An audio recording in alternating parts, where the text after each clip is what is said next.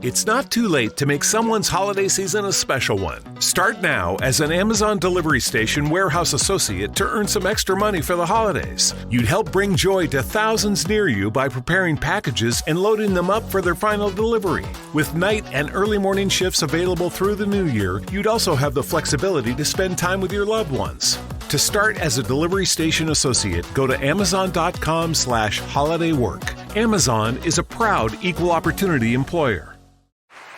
Hear that? Is that America cheering or a sausage patty sizzling to perfection? It's time to cheer for Egg McMuffin and fresh cracked eggs at McDonald's. It's time to wake up to the aroma of freshly baked biscuits and treat yourself to a real honest-to-goodness morning meal. Breakfast. It's on at McDonald's. Now get any breakfast sandwich for just $2. Available only through the app. Mobile order and pay available at participating McDonald's. McD app download and registration required. The following is brought to you by the Social Suplex Podcast Network. Hey, what's up? This is Jeff Cobb, and you're listening to Keepin It Strong Style. Yo, this is Rich Latta from One Nation Radio. This is brought to you by the Social Suplex Podcast Network. We present to you the Ace of Podcasts, Keepin It Strong Style. Let's go. It's the Ace of Podcasts, Keepin It Strong Style. Covering New Japan, they ready to hold it down. Jeremy Donovan and the young boy Josh. Come and hit a job out and bury all the frauds. From the Tokyo Dome over to the G1. Social Suplex is the network where we can get it done. I'ma chill and let them have it, cause this is just an intro. Keeping the strong style, 6 stars from the get-go, boy. Yeah, from Tampa Bay to the Tokyo Dome, this is Keeping It Strong Style with your hosts, Jeremy Donovan and the young boy Joshua Smith. And thank you for listening. Welcome to Keeping It Strong Style, the ace of podcasts on the Social Suplex Podcast Network. Jim Donovan here with the young boy Josh Smith and Karen Peterson from Post Wrestling. On today's show, we'll announce the winners of our 2021 year-end awards, review the Best of the Super Junior World Tag League Finals, discuss the Wrestle Kingdom 16 cards, answer listener questions, and cover all latest news in the world of New Japan Pro Wrestling. You can support our show by subscribing and following the Social Suplex Podcast Network or Keeping It Strong Style on the podcast app of your choice and leaving a rating and review. You can also get all the podcasts over at socialsuplex.com. Check out our Pro Wrestling Tees store, prowrestlingtees.com/socialsuplex. That's where you can get your official Keeping It Strong Style t-shirt. If you enjoy this podcast, please consider making a one-time or monthly donation by visiting socialsuplex.com/donate and click on the donate button under the Keeping It Strong Style logo.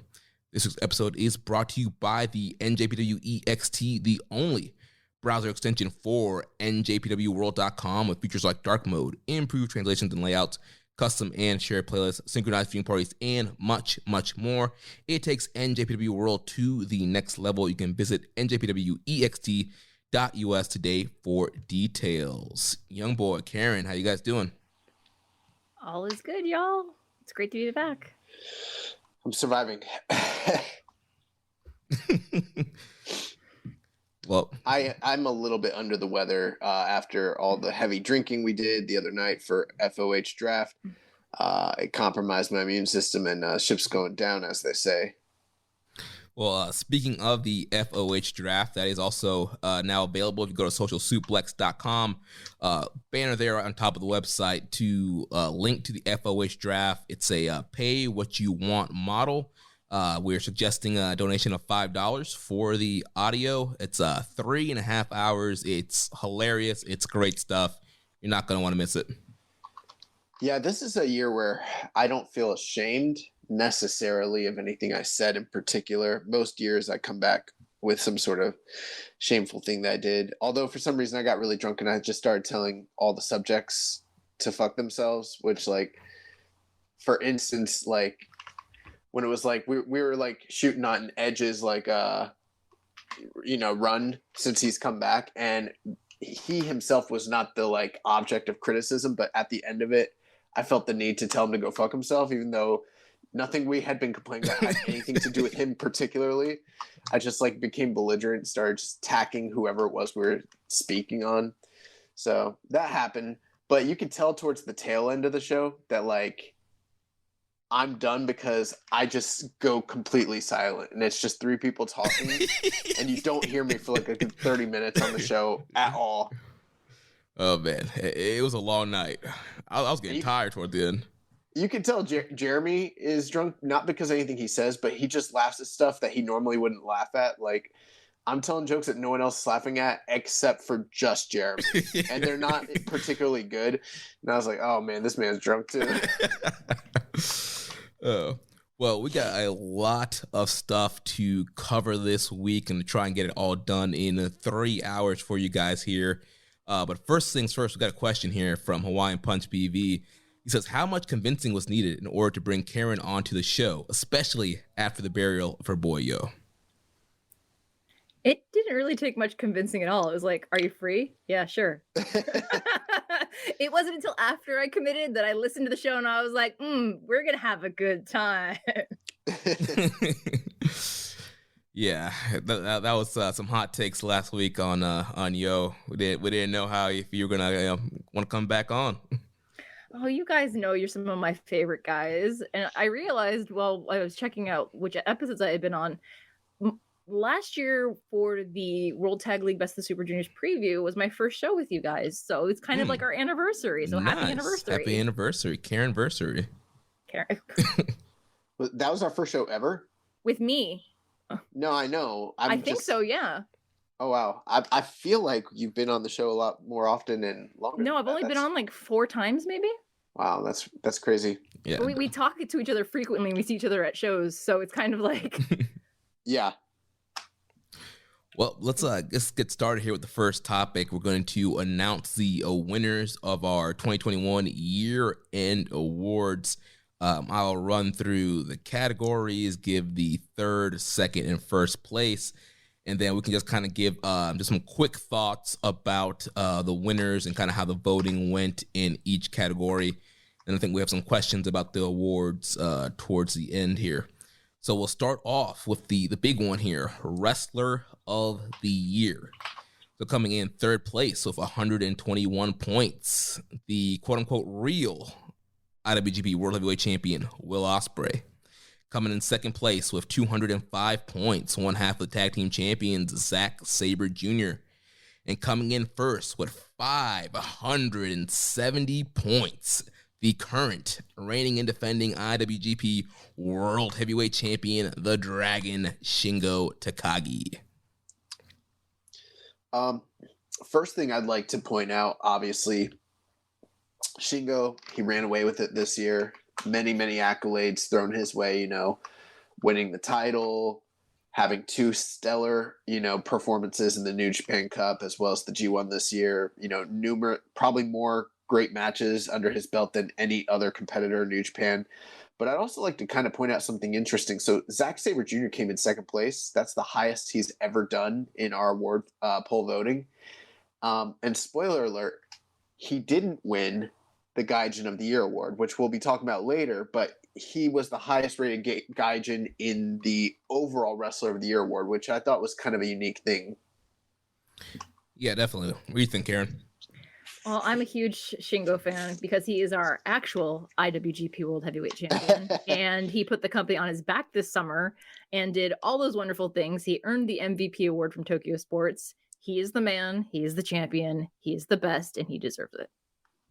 Yeah, Shingo is a man. He was definitely somebody we thought was going to win last year in 2020, but he got it this year. It's an incredible resume of big matches from the beginning of the year with the never title matches rolling on into the New Japan Cup and then finally winning the IWGP World title and kind of the feuds he's been having there and the defense he's had this year. He's just been absolutely incredible. And, big shout outs to Zack Saber, who, the strong second place, who's had a strong G1. It's a strong year with the Techers. And then Ospreay, I definitely think, if he wasn't, didn't have an inactivity, he probably would have placed a little bit higher here. Yeah, but, thank you to everyone that voted on this. But, man, Shingo, what a year. Last year he was just a smidge away from winning this exact same award. And he was, upper mid of the card. And we didn't think that this was ever actually a realistic goal. And, the glow up is real. This guy is literally the MVP. Like, who would have ever thought, Shingo Takagi from Dragon Gate would be like sitting on top of the Pearl World. It's pretty crazy. Yeah. Well, now let's move on to the match of the year. So coming in third place with 143 points, Hiroshi Tanahashi versus Shingo Takagi from the New Beginning in Nagoya. Coming in second place with 209 points, El Desperado versus Hiromu Takahashi from the Best of the Super Junior 27 Finals. And then coming in first with 224 points, Shingo Takagi versus Will Ospreay from Dantaku. Well, this was actually one of the closest, I don't know, what would you call it? Closest races. Yeah, it's one of the closest races we had in our awards this year. The number 1 and number 2 spot were literally separated by just a few votes. So, I mean, it was kind of going back and forth, day after day. It was kind of crazy. I will say me and Jeremy, I think we're both in the camp where the match that came in first place probably would have been our first pick. Kieran and I kind of didn't mean to, but I accidentally actually looked at your ballot. You accidentally didn't mean to? Well, what happened is... It's fine. No, this is a true story. So what happened is when you're like scrolling down, there's like 2 boxes. There's one for the ballots and there's one to like get past the people that voted. And since you were like one of our very first voters, I accidentally clicked on yours and I didn't look at all of it, but I couldn't help but notice. I was like, oh, wait, number 1, Hiromu and Desperado. So I know that you voted that as your number 1 match. Why you got to be turning like that, Josh? It was my match of the year, and because it was at the very end of last year. It's still one of my favorite matches, so I could not rank it as number 1. Well, I still think about that match. Well, I think that me and Jeremy were both high on it, but we weren't quite as high as you were. So I only brought that up to not to blast you, but basically to open up the dialogue. I mean, for you, what was memorable about that match, and what made it number 1 for you? Well, it was the intensity of the match. That was one of the matches when I watched it. I was glad I was at home and I was by myself, and it was in a room in my house that was pretty soundproof because I was screaming through the entire match. And the fact that the pair of them are going to have a repeat match this year at the Dome. They've essentially carried the division despite, fighting with the company and constantly trying to elevate the rest of the junior division, even though the company wouldn't let them. But this match is just, for me, as a fan of the juniors, it just has such gravity with me that I can't not vote for it as my favorite when compared to the rest of the list. Yeah. Awesome. Yeah, I definitely feel like this match definitely tugged on the heartstrings of a lot of fans, and especially since it fell into this year's voting period versus last year. I think a lot of fans wanted to see this match get its credit. I think we're seeing a lot of, we'll go around the awards, we'll see a lot of love for Desperado. I think a lot of fans, he's gotten over big time in the last year, and I think that final match was one of the key, movements of him gaining popularity with the domestic and Western audiences. Yeah, I think that's definitely a trend that we saw all throughout the voting period, is an uptick in Desperado votes. The interesting thing, I think where Desperado hasn't succeeded just yet, and I'm not ruling it out, I don't think he's necessarily crossed over to other fandom to where, your more casual New Japan fans are into him the way they were with like Hiromu at the height of his popularity. That remains to be seen. But as far as like the core audience, he's over like Rover with those people. And, that was definitely on display. But, the match of the year here, it can't be denied. Shingo and Will Ospreay, the second one, the one from Dantaku, blew people away, was, again, and actually this is the second time that this duo has won match of the year for our awards. And, they'll probably place pretty high in most polls. Very different than the majority of the early matches they had. But, a lot of story elements, a lot of what was done in this match was built off of the New Japan Cup final match that they'd had just a few months prior. And, for me, it was, in my opinion, easily the best New Japan match of the year. It was the only one that gave me that feeling that I had watching like 2017 Big Match New Japan, Yeah, I think they did a great job setting up this feud and this rivalry. the New Japan Cup match, it had some shenanigans. You had B. Priestley kind of running in and out there and that whole stuff that was going on there. But then this match, you got a straight, clean match. Ospreay and Shingo, two of the best wrestlers in the world. This kind of continuing rivalry that we saw all start off in the Best of Super Juniors in 2019. And now we're seeing both of them as heavyweight. They're both in the main event, getting this push that we never thought would happen. You have Ospreay leading his own faction. You have Shingo being pushed to the forefront. And like you mentioned, Josh, they just did some incredible things in that matchup. They have great chemistry, and the match just blew me away. So you said Shingo being pushed to the forefront. I think he's leading his own faction too, actually. Not trying to get any heat with Naito fans. Careful on that one. Well, let's move on to the show of the year. So coming in third place with 184 points, Wrestle Grand Slam in Tokyo Dome. And coming in second place, 345 points, Wrestle Kingdom 15 Night 1. And then coming in first place, 389 points, our winner, the show of the year, Wrestle Kingdom 15 Night 2. Yep, it's one of those things where, the Wrestle Kingdom brand overall has a cachet to it. And then you take that, you combine it with the atmosphere of the Tokyo Dome, on January 4th or the 5th, and the excitement that kind of gets coupled with that, and combine it with how much reverence the company treats that card with, and how much they stack it up, and how much fan interest there is, even just the level of exposure that those shows receive. It's very hard for any other show throughout the year to even overcome that. But I do truly think that this was the most deserving. When you look on paper at all the shows that happened this year, I mean, this one was blow away. I mean, top to bottom, Jeff Cobb versus Shingo was on this card. The fantastic Ibushi versus Jay White, double gold title main event, which double gold, that's the thing of the past. Hiromu and Taiji Ishimori tearing the house down, and then, a variety of other really great matches as well. Even Sonata and Evil wasn't the most egregious thing in the world. So if I remember my votes correctly, I think I ranked Resurgence in my top 3 only because as a sentimental favorite of it being the first show back in the States and abroad for New Japan. But I don't disagree with the outcome because the ones that won are outstanding shows. Yeah, I definitely think Resurgence, I think it might be a little bit underrated across the board. I feel like a lot of the New Japan of America stuff doesn't always get the love it deserves. And yeah, Resurgence, I think, was a big show that had some hot angles and really really was a big statement for New Japan of America. And also we were all there live, and so I'm sure we have some live bias, but that was a really fun show. But yeah, I'll see Wrestle Kingdom, the biggest show of the year, the grandest stage. I think Night 2 also won last year, if I remember correctly. I thought it was Night 1, but I don't know. It's hard to say. Yeah, I'll have to look back and see. But I'll see.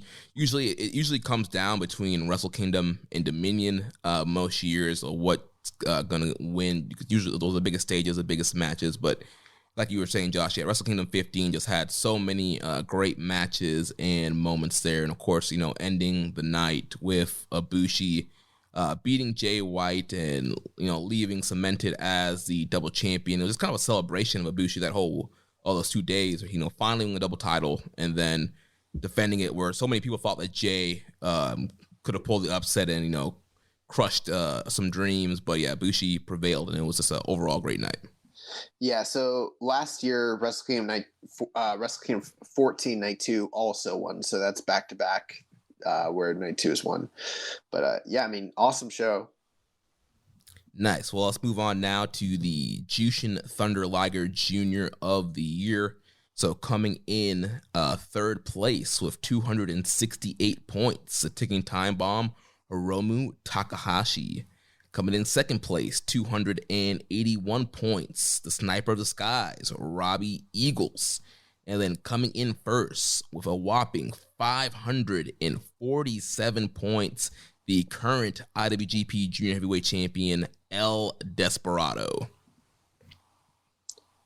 Yeah, interesting voting this year. I think that this might have been the lowest Hiromu's done in the votings post, his neck injury. So, I mean, that's kind of telling you something. But again, a lot of that has to do with the fact that he was out for a good portion of this year with the torn pectoral muscle and all that. So big shout out to Robbie Eagle stepping up, really being elevated in a major way within the rankings and trajectory of the company. But, the big story here is the obvious one. El Desperado coming in first place and, by a wide margin. And this is kind of what we were alluding to earlier, just how well he did in the voting here. And I kind of thought this might be one that was a little more iffy. There is a lot of love for Hiromu out there. I kind of thought he might, potentially just off name value win this award. But it does seem like those that were paying attention, which were mostly that voted, did the right thing and kind of gave it to El Desperado, who I think is most deserving, multiple-time champion this year, multiple-time tag champion this year, had a fantastic Super Juniors last year and kind of broke out. The big Ibushi match. The big Ibushi match, challenging for the title. I mean, he had a banner year. Any thoughts on Despy, Karen? He's amazing. So yeah. I mean, like I said before, his match with Hiromu from the very, Best of the Super Juniors finals last year still sits with me now. So it doesn't surprise me that he's sitting at the top. Yeah. And like you mentioned, Josh, all those big moments, I'm sure, yeah, that he was just riding a wave of momentum coming from the Super Junior finals with Hiromu. Then just kind of riding that wave in the beginning of the year, eventually getting that match with Ibushi, winning the title back again, and now he's the champion again. So yeah, it's been a great calendar year here for El Desperado. What I liked about Desperado going into this year's Super Juniors was that he had that press conference where he was just like, I should be in the main event. I want every one of my matches to be a title defense. You want to up the ante? I'll just knock them out one after the other. And it was frustrating to watch that the company was like, they didn't go with it. But the fact that he was willing to be a fighting champion during Super Juniors spoke volumes to me for him as a champion, even though he's a heel wrestler. I would go even as far as to say that the moment he won the title for the first time, when Chris Charlton was kind of on the call, that might be like the best call of Chris Charlton's like entire broadcasting career. Mm-hmm. Where I was like, oh man, he's actually saying stuff that's like pretty emotional, meaningful, not just spouting off facts, Yeah, that was definitely a great moment for Desperado. But Karen, it might have been a good thing he didn't end up defending the title because he lost quite a few times. He would have dropped it a few times, but could have made things interesting. I don't even know if he would have got it back. No, I don't think he would have. Let's move on here to Tag Team of the Year. So coming in third place with 171 points, the LIJ team of Tetsuya Naito and Sonata. Coming in second place, 321 points, the trio unit of Hiroki Goto, Tomohiro Ishii, and Yoshihashi. And then coming in first place, 560 points, the current IWGP Tag Team Champions, Zack Saber Jr. and Taichi, the Dangerous Techers. Very interesting. Naito and Sonata placing as high as they did with how little they tagged this year. But I think that speaks to the appeal of a superpower team like them and also the quality of matches they did have for the few times they did wrestle. But every year we're going to have some award that I vehemently disagree with. And, to nobody's surprise, the Tag Team of the Year is going to be one. It's going to be that one for me. I completely believe that the Chaos Trio should have been the Tag Team of the Year, but I do understand the reasoning for having Dangerous Techers take the top spot. I mean, they carried the most prestigious titles, in the company. They were kind of the face of the division. And I mean, when you're talking about how many great matches the Chaos Trio had, yeah, they might have had 6, 7, 8, 9 really remarkable matches, but Techers really weren't that far behind them anyways. So it's kind of hard to usurp a team that's doing as well as Dangerous Techers did all throughout the year. So, very deserved to them. I don't know if they've won this award before, but yeah, they won last year. Okay, so we got back-to-back winners here, so that's pretty cool. I'm just really happy to see that the Never Six-Man yielded not only like a vote, but like a whole bunch of votes to get second place. Because they were like my pandemic open weight favorites for the latter part of a year and some. So it was good to see that, they're probably, when you think about the scheme of tag teams and wrestlers in New Japan, they're not necessarily the most popular ones with the Western audience, but the fact that the Western fans also rallied behind them, I think speaks a lot for them as a cohesive unit. Yeah, I think the thing that might have hurt the Chaos Trio here in the voting is just the fact that so many of their defenses were on Road 2 shows. Right. And so your more, casual New Japan fans who are not watching every Road 2 show might have missed several of their great title defenses that happened this past year. They missed out. But you know what? That's also a message from the company. It tells you that when their matches on the big shows don't mean as much, they don't mean as much as, the golden tag team title champions, Right.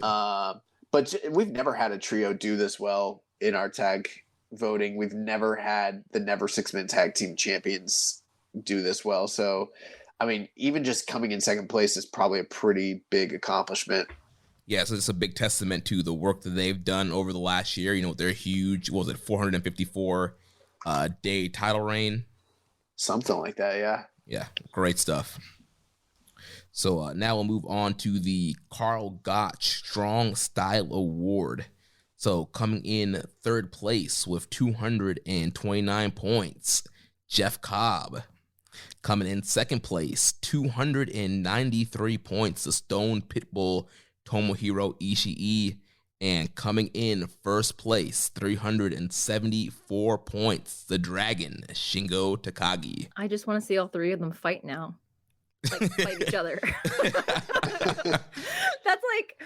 That's a lot to unpack. They're all very deserving, and I'm very proud of all of them. But man, I just want them all, three of them, just to lock in a room and just go. Yeah. I mean, I think all three of them have wrestled and have put on amazing performances with one another. So I mean, it's one of those things, it's the gift that just keeps on giving. Thank you. But it's interesting with Shingo because I don't think he got as many opportunities to have those Haas style matches this year as he normally does, because he wasn't sort of relegated to that never division, but he kind of got to bring his own unique brand of violence to the heavyweight division and kind of unload that on guys like Okada and Tanahashi and Will Ospreay. So that's been kind of fun to see him be like the Carl Gotch representative, in the actual main event scene.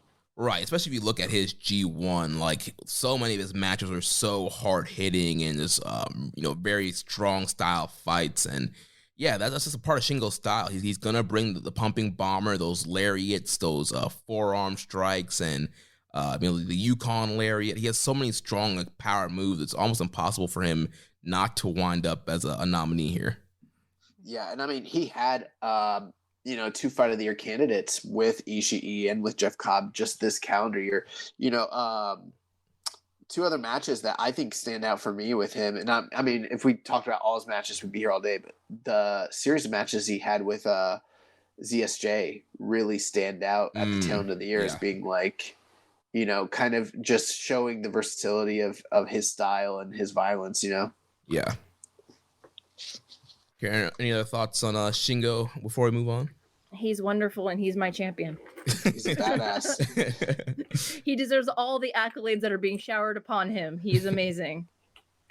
Nice. Well, I think he's going to get some more accolades here as we talk about Feud of the Year. So coming in third place with 205 points, we have Jeff Cobb versus Kazuchika Okada. Coming in second place with 222 points, the feud between Dangerous Tekkers and Los Ingobernables de Japón. And then first place, 389 points, the Feud of the Year, Will Ospreay versus Shingo Takagi. Yeah, very, very interesting.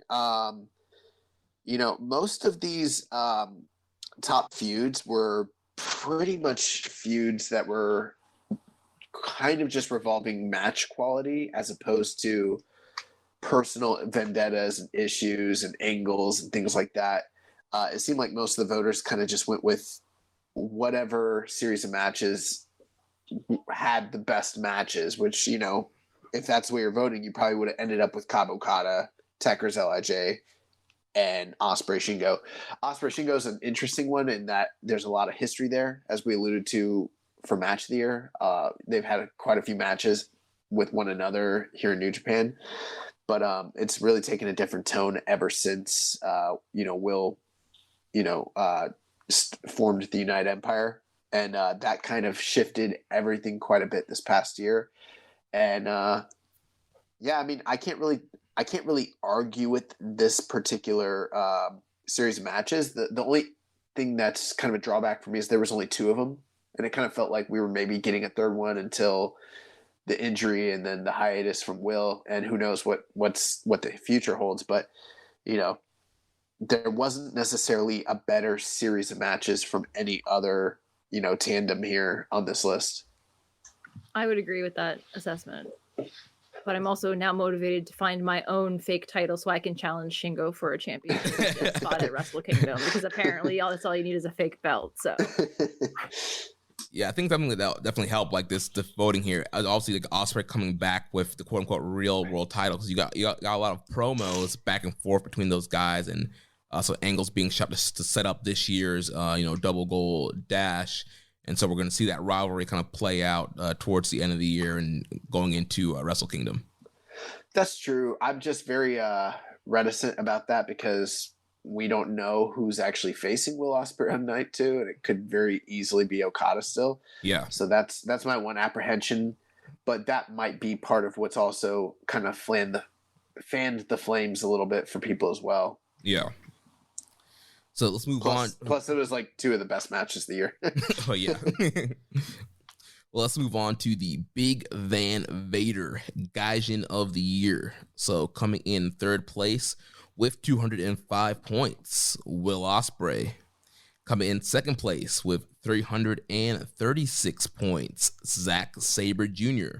And coming in 1st place, 455 points, the Aloha Maker, Jeff Cobb. Shout out to the one person that gave one 1st place vote to Dirty Daddy Chris Dickinson. Whoever did that, they're awesome. Also interesting, John Moxley only got 2 votes, 2 1st place votes for the entire, which is not totally surprising, but I'm like, that's he doesn't really deserve much more than that. He's barely in the company, so that's right, good. But I was kind of shocked too, because we've seen in the past when we throw Moxley on here, even with he just gets a lot of votes no matter what. Right, even with his little involvement, that's he's more popular, and we do have some crossover with the AEW fan base, and so in previous years we've seen Moxley get a lot of votes and things maybe he shouldn't have gotten votes for. But this year, it seems like maybe we have a more, diehard New Japan fan base that's voting. Maybe all the AEW fans have went off because, not a lot of love here for Mox. The other interesting thing, I know we're not really talking about 4th place, but the 4th place individual on this list is ELP. So, all that talk about Jay and the Dome and Bullet Club and blah, blah, blah. Maybe they're onto something here. I don't know. But, let's talk about Jeff Cobb. I pointed out earlier that even though Zack Saber Jr. was the 2nd place runner-up for Wrestler of the Year, he's also the 2nd place runner-up for Gaijin of the Year. And somehow when he did better in Wrestler of the Year than Jeff Cobb, but Jeff Cobb edged him out here. I don't know if maybe it's because we named the award Big Van Vader Gaijin of the Year. Maybe people are confused. That has something to do with like the size. Not the fact that like Big Van Vader just happens to be the most successful gaijin in the history of New Japan. But man, Jeff Cobb, he tore it up this year. So many accolades. I mean, his G1 run, everything that he did, the feud with Okada, just bringing a new edge and nastiness to what he was doing, both in Japan as well as in the States. Jeff Cobb fucking ruled, man. I mean, the match with Ibushi, there's so much, the match with Shingo, he's just awesome. My thing about like trying to pick one person for this is very difficult, because between the year that Jeff Cobb's had and the way Zack Saber Jr. just completely won me over in the G1 after saying you can throw your brackets in the bin with Nato's knees, I was like, I'm done. He's my top gaijin. He's the number 1 guy. So the pair of them have just been the biggest standouts for me. And of course, Robbie Eagles going there, pretty much since the beginning of summer, being away from his family this long is just like, that's another person that's really stood out to me. In addition to, being junior champion and the junior tag champion. Yeah, Robbie definitely had a really great year this year. We know we see a little bit of love for some of the New Japan Strong guys like Dickinson and Tom Lawler. But yeah, Cobb, Saber, and Ospreay all had a really great year, especially Cobb and Saber. Both these guys really hit the ground running this year. For several years now with Jeff Cobb, we've said on the show, there's just something that Cobb is missing when he first came in, and he was having that feud with Goto over the Never titles. Like, man, like, he's a great wrestler, but there's just something missing to really make him click and get to that next level. And we've seen him kind of put all the pieces together this year and joining the United Empire, going heel, all the great tag team stuff he did with Great Okan earlier in the year, and then getting that singles push, especially in the G1, being the first guy to go 8-0, getting to the finals against the block finals against Okada. Like, Cobb has really elevated himself this year. And then same thing with Saber, tapping out all those guys in the beginning of the A block there, and throwing Naito in the bin with the brackets, and then the two title matches with Shingo, I think, really won a lot of people over. And I would love at some point to see Saber with a run with the title. Absolutely. So Can't wait. let's move on to a faction of the year here. So coming in, this is a really, really close race here. So coming in third place with 314 points, the United Empire. Coming in second place with 319 points, Suzuki-gun. And then coming in first, yet again, 327 points, Los Ingobernables de Japón. I believe they have won this award every year. So this is probably their fourth, fifth time winning this award now? Yeah, this is our fifth annual award. This is the fifth time they've won it. And, this was the closest they've ever come to losing it. In fact, peeling back the curtain a little bit, they were losing this until a couple hours of the final voting. I don't know what happened, but they literally were losing the entire time. They were being outshined by Suzuki-gun, namely, and for a period, United Empire as well. And then in the last couple of hours, Hail Mary, something happened. Someone said the right prayer to the LIJ gods because their fans came through and a bunch of first place votes came through. When I checked it the next morning, I was like, wait, they won? Because I couldn't believe it because they were not winning the entire time. I thought it was a foregone conclusion. I was like, oh, they got a lot of votes, but they're donezo. Nope. Someone, I don't know. We got some weird emails. One was like Hiromu something. Hiromu fan 29. Bushi mask wearer. I don't know. It was weird. Karen, your thoughts on LIJ? Oh, I'm an LIJ fan, and I feel like that vote was probably largely driven by the year that Shingo and Hiromu have had. And the popularity of Naito and Sonata in World Tag League. Yeah, I wouldn't really argue with this one necessarily. It's not necessarily even our most prestigious award, but, it is kind of nice to get a gauge on which group is sort of lead at the forefront of the fandom and the company. And, once again, LIJ has won. Obviously, they've done a lot of really good things this year, so I'm not even saying it's a terrible call. Yeah. But I was surprised because it felt like for the first time in 5 years they might finally give up the throne, but it was not so. The margins are less than 10 votes a piece between first, second, and third. I'm just happy to see how many votes Team Filthy got. Yeah. Being the only group that's on that list that hasn't been in Japan. Right, and that's necessarily people are starting to tune into Strong, and obviously Team Filthy is one of the the cornerstones of that program. Filthy Tom being the champ there, and it was looking kind of shaky towards the end of last year with Team Filthy, with some of the members leaving and going to WWE. But then they brought in J.R. Kratos, you had Dane Limelight, they brought in the West Coast Wrecking Crew, and really just solidified that unit. They should let Tyler Russ back in. Well, we'll talk about him. No, we'll see how that pans out. So overall, really close race here. I think next year is probably gonna be another tight race, especially the more I feel like United Empire is in for another great year. Adding TJP to the ranks and just how great Cobb and O'Connor have been doing, and at some point we'll get Aussie Open in the mix as well. So that's gonna be a really strong faction. Hantai is going all the way next year. Even though they got 0 first place votes this year, they're going all the way. Sekigun. All right, let's talk about the most improved wrestler of the year. Coming in third place, 201 points, Alex Coughlin. Coming in second place, 246 points, our man, Doki. And then coming in first place, 429 points, Jeff Cobb.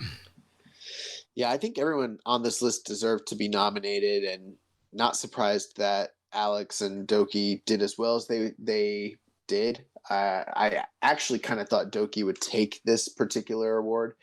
But I'm, once you start to think about it, Cobb does make a lot of sense.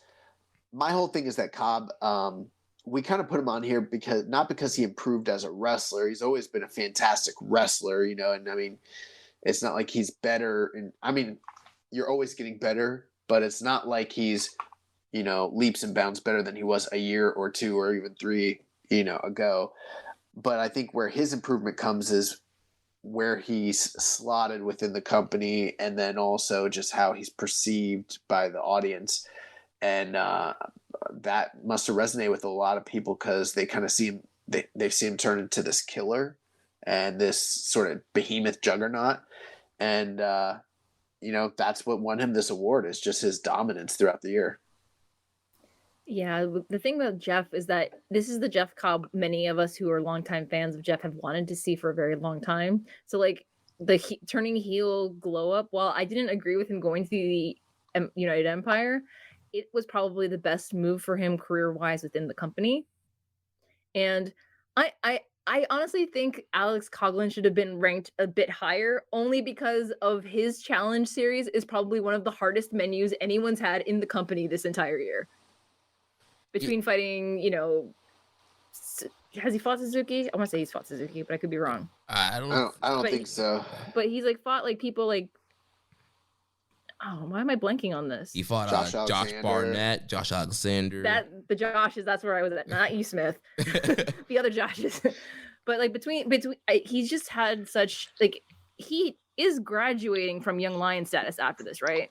So he needs to he has one more challenge match which will be against JR Kratos, which happened at the Nemesis tapings, and I believe that will be his last official match before he drops the black trunks. Man, he needs to fight his Shabada somewhere, anywhere, everywhere, please, and thank you. Well, we don't know, who is wrestling Shabada, so you never know. Yeah, but Coughlin did some great work this year. Coming back off the neck injury, I feel like he, in fans' eyes, was kind of slotted below Fredericks and Connors and some of the other LA Dojo guys. But coming back from the neck injury, he came back, on fire. And the challenge match series helped a lot. And overall, he just improved a lot. And I think also training with Josh Barnett has helped as well. And some of the excursion stuff he's done as well this year. And the mustache. Good mustache. Yeah. It's a strong mustache. So mustache strong style. Yes. Yeah. But yeah, Jeff Cobb, like we mentioned earlier, like I said, we always said, there was something missing.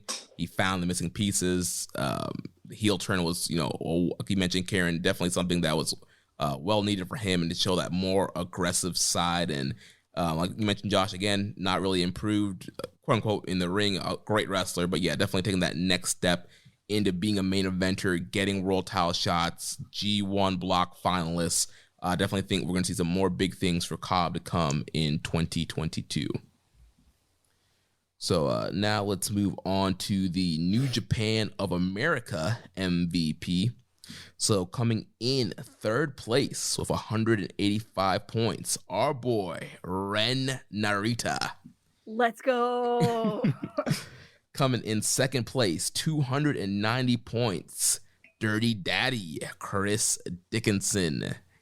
And this was a close one here. Coming in first with 306 points, the current strong open weight champion, Filthy Tom Lawler. Yeah, that is a close one. 16-point difference there. Tom took the first place votes, but Chris Dickinson really caught up a lot of ground with the second and third place votes, closing that gap.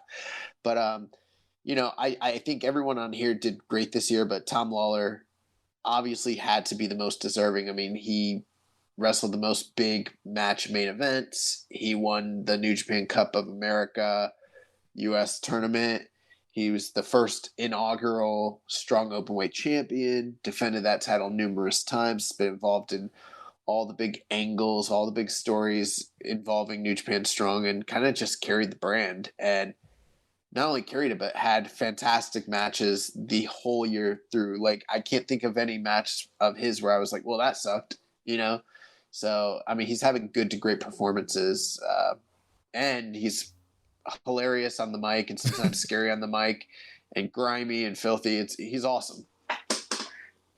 One of the things I love about Tom Lawler, especially as the strong champion, is that for the larger part of the year, there's been a vacancy in the IWGP US heavyweight champion title picture because it was on a person who was not on strong nearly as much as Tom Lawler.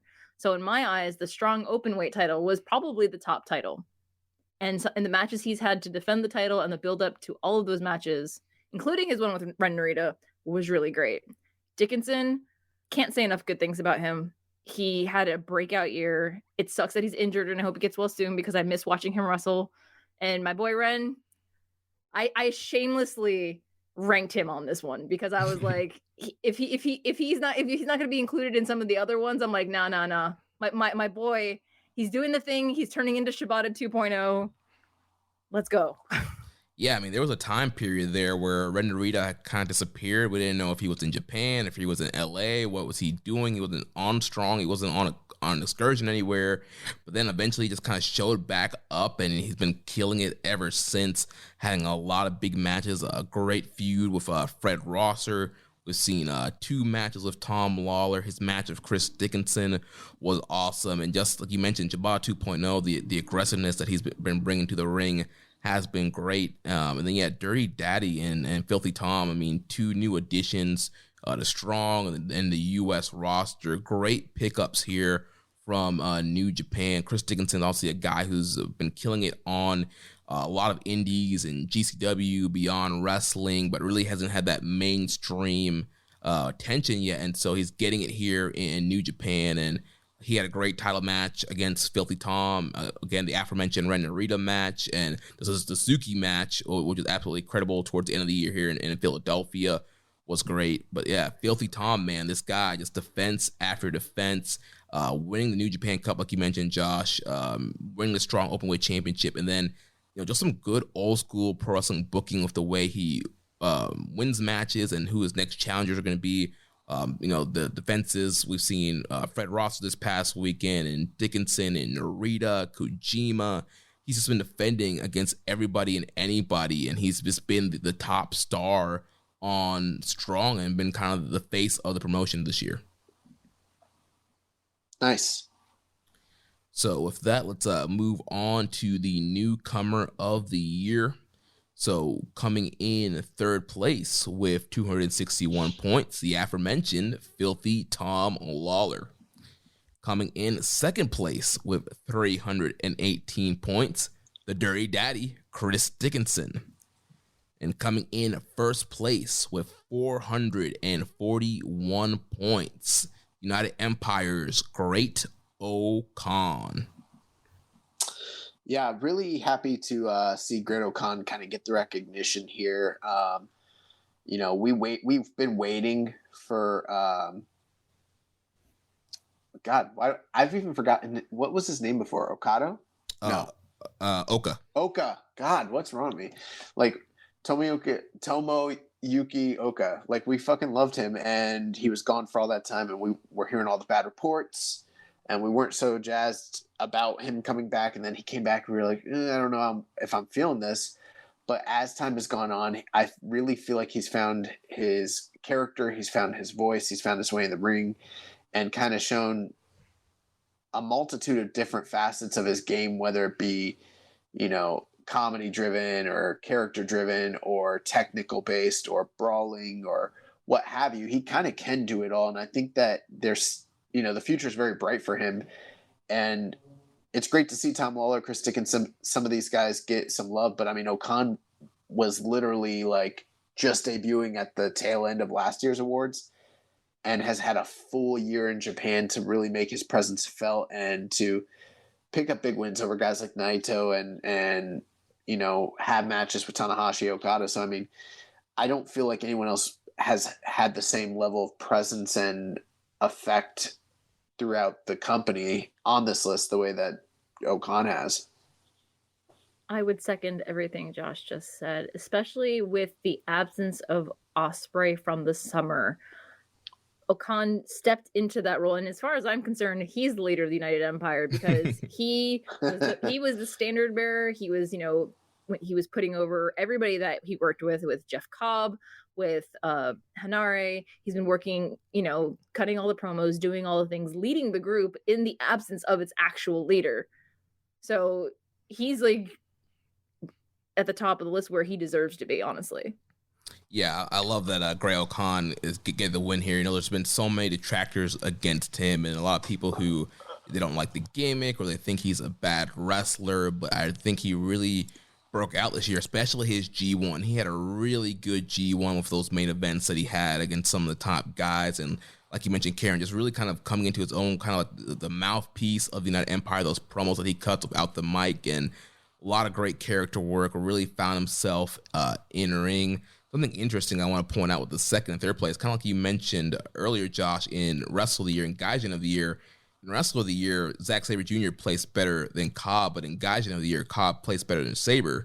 But here we're seeing that in the New Japan America MVP, Lawler beat Dickinson, but here in the Newcomer of the Year, Dickinson beat Lawler. So it's very interesting there. I'm sure people probably felt with Lawler being a strong champion, he had to win the MVP, but I think people might like Dirty Daddy a little bit better.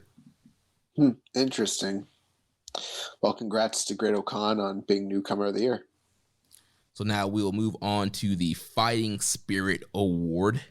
So coming in third place with 198 points, Shingo Takagi being the New Japan Cup MVP and winning his first IWGP World title.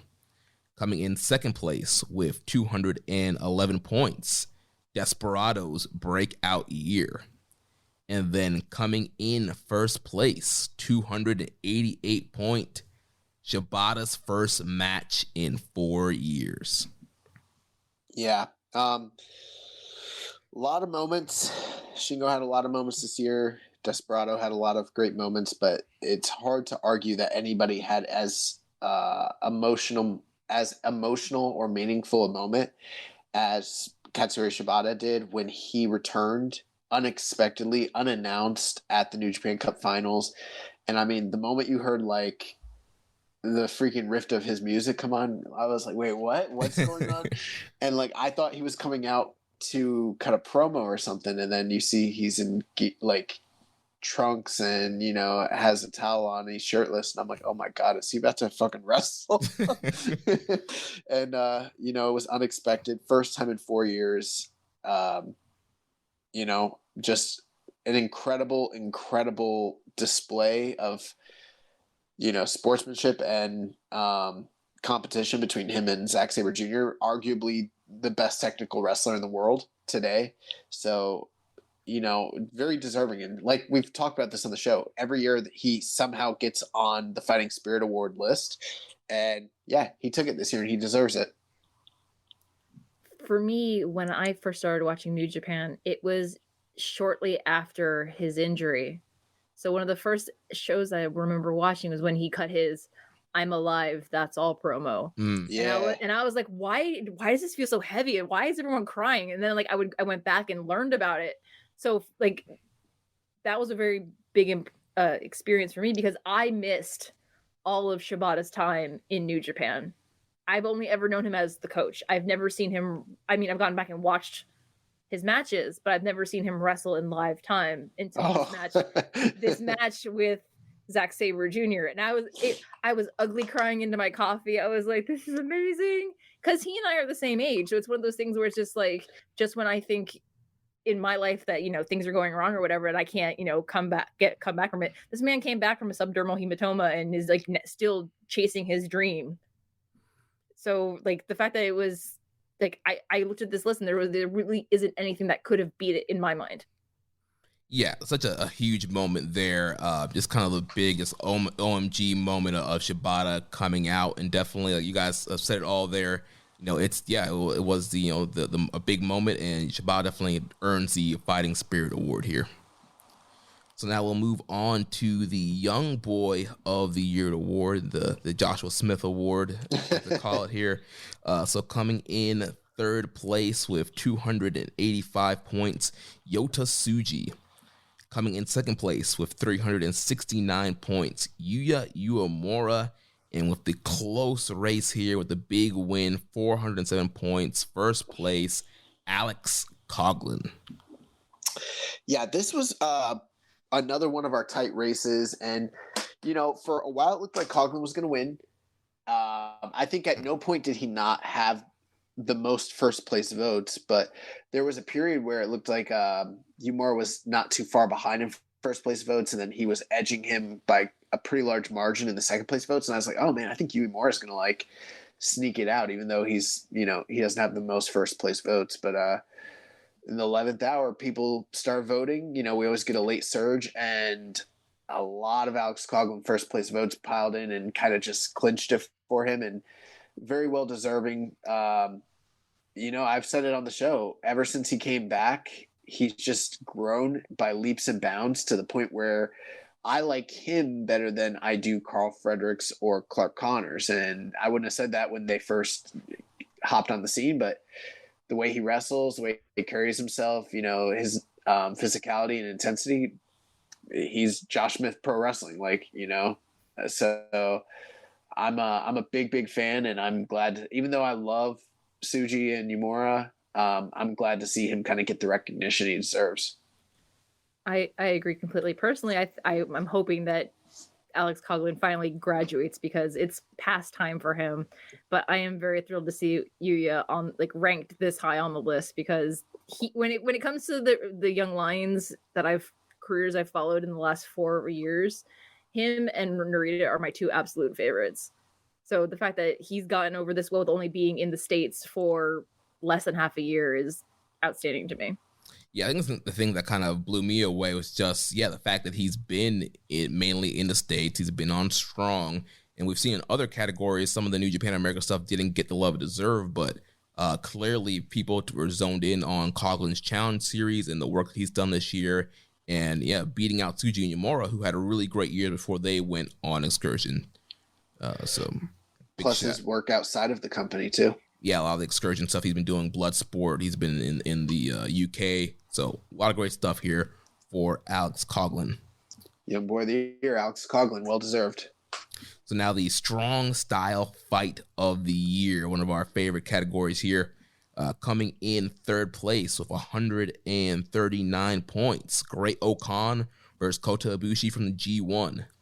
Coming in second place with 359 points, Tomohiro Ishii versus Shingo Takagi from the G1. And then coming in first place with 407 points, Jeff Cobb versus Shingo Takagi from Wrestle Kingdom 15. Yeah, man.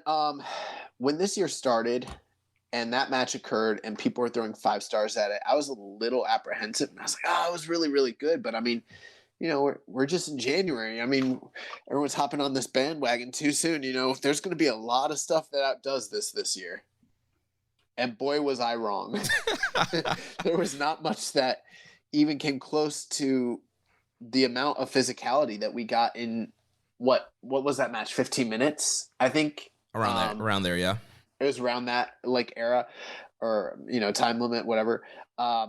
This match just fucking rules. And I mean, I can't recall I want to go back and rewatch it now, but it has stuck with me. I do think it was my first place vote, but I mean, the amount of physical violence. There was some really crazy spots on the outside on the floor with both of these guys that stick out in my mind, where I was like, man, these guys are gonna, some of the stuff they're doing is kind of rough. And then look at the year both of them still went on to have, even after the case. I mean, you can make an argument, say they're both kind of beyond the never division right now, and that's where they started their year. But man, a fucking awesome match. Like, one of the things that we've had to deal with in the last year with the loss of the IC title was the idea that the never singles championship was going to be elevated to that second place slot. And for a while it did kind of feel like that, but again, it's the people that made that category, made that belt what it is. People like Ishii and Jeff and Shingo. So seeing these matches ranked as high as they are, I'm not surprised at all, because I do love me a nice beefy Haas fight. Yeah, and like you, Josh, I think I was a little conservative on my rating for this match because it was at the beginning of the year, and I didn't want to kind of throw too many stars at it. But I still thought it was an incredible matchup. And you look at some of like the pause screenshots from when these guys are hitting each other, just the faces they're making and the sweat that's flying off. Like this match was intense. It was hard hitting. And these guys just absolutely killed it, and I hope we see another future matchup between these guys, especially now that they're both, like you mentioned, Josh, kind of out of the never division and both in that world title division. So I'd love a title match between those guys. One last thing I'll say, we can move on. When this year started, I really thought we were moving to lifting regulations and moving more to just eradicating like COVID and everything kind of going back to normal.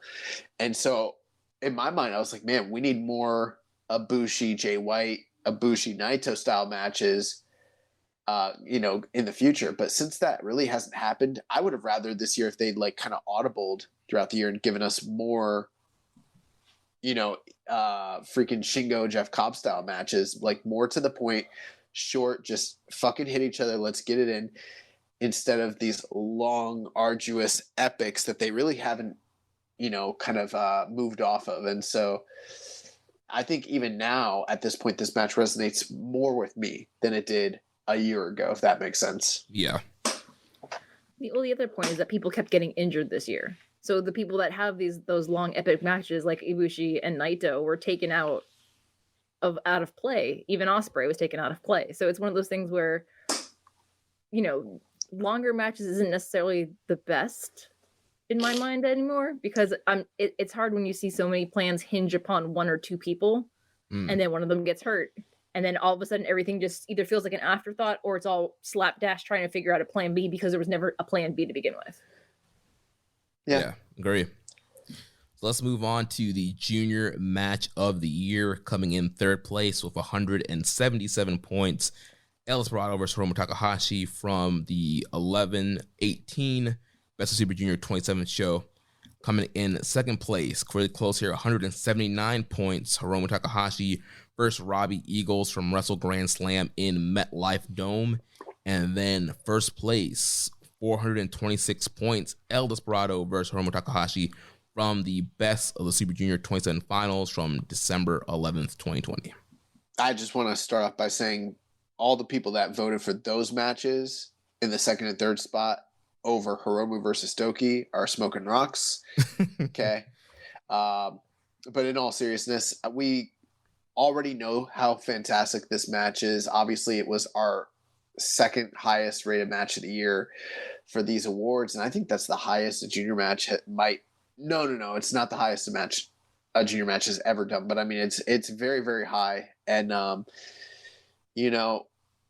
for me, this is just my feelings on the match. I'm about like 4.5 on it, but it was a match where I thought it was very good work for the majority of the match. We actually all reviewed it a year ago together. So, and, but that moment when Hiromu starts ripping the mask and then, Desperado tosses it off and like, he just doesn't give a fuck. And then from there, like things are just lit. That match fucking rules. This had to be the junior match of the year. There was really nothing else in its league or anything like that. And if you haven't seen it, go watch it. It's incredible. And, it is the match that kind of catapulted Desperado to the year he had this year. I would agree completely. though I do ask for some justice for Show, because the matches that are listed for him on here are from Best of Super Junior last year when he was doing really well, not when he's in House of Torture and everybody hates him now. I still love him, but everybody hates him. Oh, I thought you were talking about like our judging. I was like, no, I'm pretty sure we put the right show matches on there. That's what I'm saying. You guys had the right matches on there, but those were outstanding matches for him. So I'm just surprised that they just ranked so incredibly low, and that I'm hoping it's not due to popular opinion of him at the moment. No, I think it's Desperado's year. So a lot of love for Desperado, and just like the iconic moment, like you mentioned, Josh, in this match with the mask. You know, you were pulling pictures for the awards graphic we're going to make, and you sent some of those pictures to me, Josh, with the mask off, and in the middle of that battle, you just kind of just remember just how epic that was, and just how badass Desperado looked in that moment, and just really kind of encapsulated, you know, him and the year that he was to come after that. So really great matchup here, well-deserved junior match of the year. So moving on to the tag team match of the year. Coming in third place with 134 points, we have the Chaos Trio, Goto. Actually, I'm sorry, it's the triple threat match. It's Goto and Yoshihashi versus Sanada and Naito versus Dangerous Tekkers from Wrestle Grand Slam in MetLife Dome. What? Coming in second place is Sanada and Naito versus the Dangerous Tekkers from Wrestle Grand Slam in Tokyo Dome. And then coming in first place, 287 points, Sanada and Naito versus Dangerous Tekkers from Summer Struggle, July 11th, 2021. Oh, man, our voters are weak as fuck. I can't believe this. They didn't put a single never open weight 6-man tag team championship title defense in the top 3. I thought for sure the one that you were about to read, the one with Suzuki and Dangerous Tekkers, was because that was the best one. You know what? I did mess something up here. So actually, 138 points for the third place should have gone to Bushi, Sanada, and Naito versus Goto, Ishii, and Yoshihashi from Road to Dominion, June 2nd. Okay, so that's our third place. Yes. You messed up. I'm looking at it. You're right.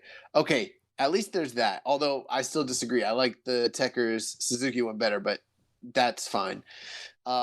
But yeah, I mean, taking a look at the top 2 matches, it's LIJ versus Dangerous Tekkers, you know, and those are kind of very, very similar matches in a certain sense. Both very, very long, both very, very epic, both built really well. And they happen just, 14 days apart on 2 of the bigger shows of the year. And you would almost think that these could have split the vote because they're so similar, but instead they were both so beloved and remembered that they ended up in our number 1 and number 2 spot. I think people went again with the first place vote, the one from Summer Struggle, because that's the one where LIJ lifted the titles. And, you know, if I'm being honest, probably is a little bit the better match. But, you know, hats off to those 4 guys. They killed it, you know, back to back. And then they killed it again in that triple threat as well. I have nothing to add. You guys have nailed it all down. Yeah, also we mentioned, you know, one of the top views, Dangerous Tekkers versus LIJ. So not surprised, you know, 2 very popular teams here getting top of the voice. But like you, Josh, kind of disappointed that there wasn't more love given to their 6-man matches. But we mentioned earlier, a lot of those were on Road 2s. Not everybody was watching those. People are watching the big shows, Summer Struggle, Dominion, and the tag team title. So totally understand here. So shout out to Dangerous Tekkers LIJ here for the tag team match of the year. Now we'll move on to the excursion match of the year, and that's matches that happen with New Japan roster members outside of New Japan. Very great list that we put together here. So coming in third place with 148 points, John Moxley and Eddie Kingston versus the Young Bucks from AEW, the match from Double or Nothing, May 30th. Then second place with 165 points, TJP versus Josh Alexander from the June 3rd episode of Impact, the Iron Man match. And then coming in overwhelmingly with first place, 456 points, Bryan Danielson versus Minoru Suzuki from October 15th AEW show. Karen, do you want to go first? I mean, I will be the first person to sing all the praises of Minoru Suzuki's American Excursion Extravaganza, including the Suzuki incident. So that one, of course, him against Danielson topped the list for me. And the Impact match between TJP and Alexander, I really liked that one. But full disclosure, I didn't. Every single time there was an AEW match, I wasn't watching AEW weekly, so I don't have a really fair opinion or any opinion on Moxley Kingston versus the Bucks. But I would have went with Moxley Barnett for Bloodsport personally, but that's just a personal preference. Yeah, this list was one that we work very, very hard on, and it's in a certain sense easy because there's so much great wrestling happening everywhere, but in another sense difficult to kind of just narrow down the top 10. Usually all of them could potentially be the winners, and sometimes what influences it more than anything else is exposure and familiarity. But I do think Danielson Suzuki is a great winner for this category, just because how great the match was, how hard hitting it was, and how available it was to everybody. But you take a look, and I mean, TJP versus Alexander, fantastic match, but it's on Impact and it's on YouTube. Everyone can see it. Kingston and Moxley versus the Bucks. That's one of probably the second best tag match in AEW, which is, makes it one of the top tag matches in all of North America, considering how good their tag division is. And then the rest of the matches that are here, you're talking about stuff that's off AEW, off Impact, and it's just doesn't have the same level of exposure. The one that came in fourth place, Ospreay versus Ricky Knight Jr., that one was on New Japan World and had a little bit more help there, but not as many people saw some of these Ospreay UK matches or the IWTV match or the Bloodsport. So if the one thing I always say about this category, and I'll leave it to you, Jeremy, if you guys haven't seen any of the matches on this list, they're not on here for no reason. Everything on here is around 4.5. And so there's a lot of little hidden gems here where I'm like, if you haven't seen Yehai and Alexander, you haven't seen Ospreay and Red, you probably want to see this stuff.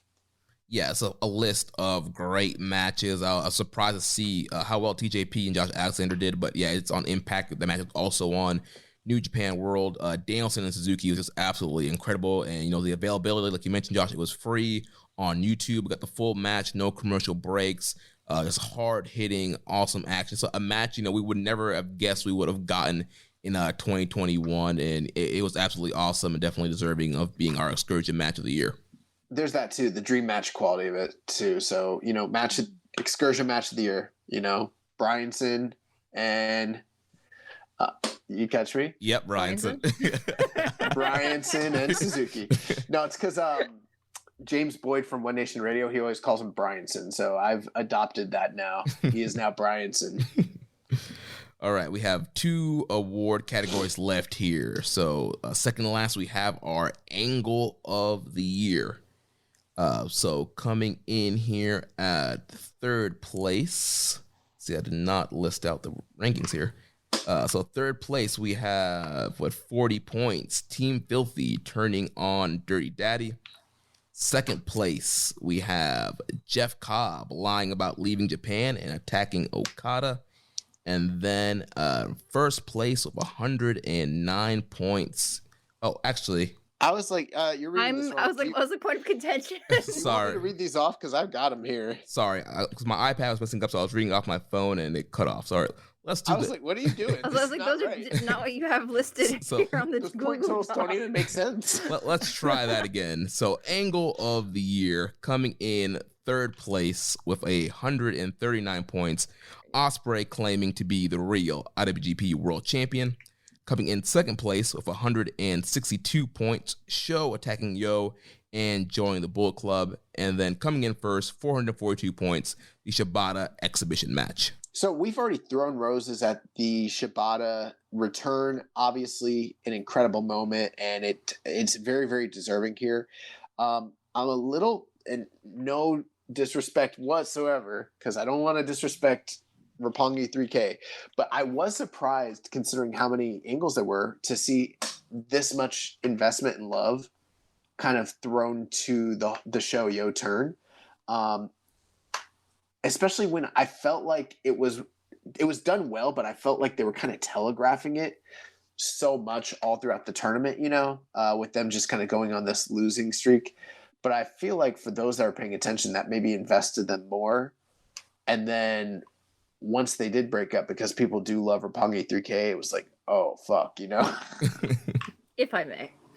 Absolutely. Take the floor. It's yours. So when it came to the 3K breakup, I think what shocked people the most was Sho being the one to turn heel after the incredible year he had as a solo babyface. Everyone expected that if they were to split, it was going to be Yo, who had faltered through the entire tournament, and pretty much since he had come back in February, that he was for a lot of people, top pick to not go to Bullet Club, but to end up being the junior in United Empire.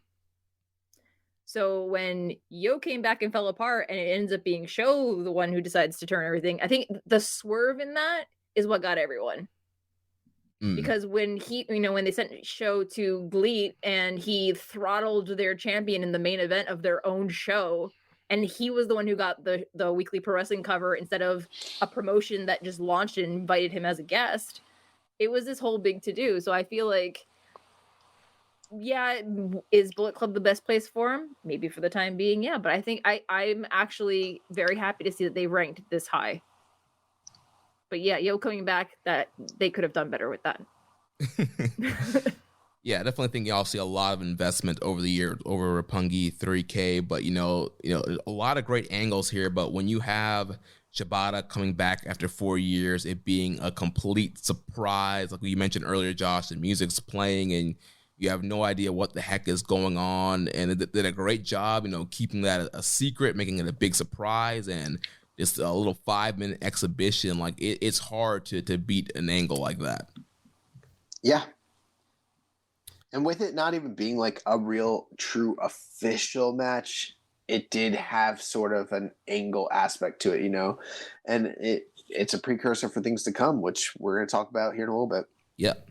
So our last category here, the news story of the year. Shabada wrestles again for the first time in 4 years. He won this award. He Triple Crown right here. No, he did not win this one here. So coming in third place with 131 points. 3 nights of Wrestle Kingdom being announced for the 50th year anniversary, which we'll talk all about here in a little bit. Coming in second place with 207 points, the IWGP and IC titles being unified to the World Heavyweight title. And then coming in first place with 406 points, the Forbidden Door is opened. A lot of news stories this year. We talked about it on the show. A lot of them were negative. One that was positive, that was exciting, that got a lot of people talking.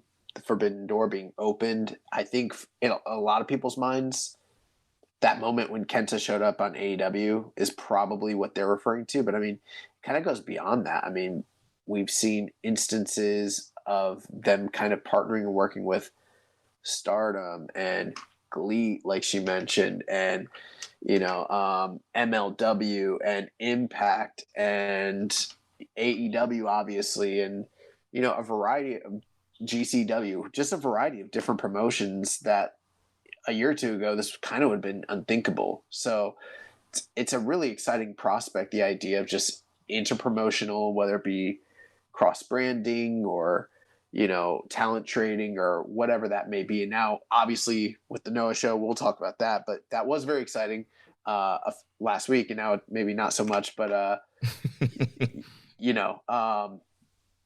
that this is probably the one news story I think that has captivated the imaginations of fans on both sides of the fence, more so than anything else that's happened this year. If I never have to hear the phrase "the Forbidden Door" ever again, I will be a very happy girl. Do you like Forbidden Portal better? Because that's what I think Tanahashi called it. I mean, I think it's just, there have been very positive things to come out of the Forbidden Door experience, especially with cross promotions, both within Japan and throughout the world. But I think one of the more difficult things as a fan was seeing how certain parts of different fandoms, and everybody has a seat, every fandom and every promotion has a seat in this.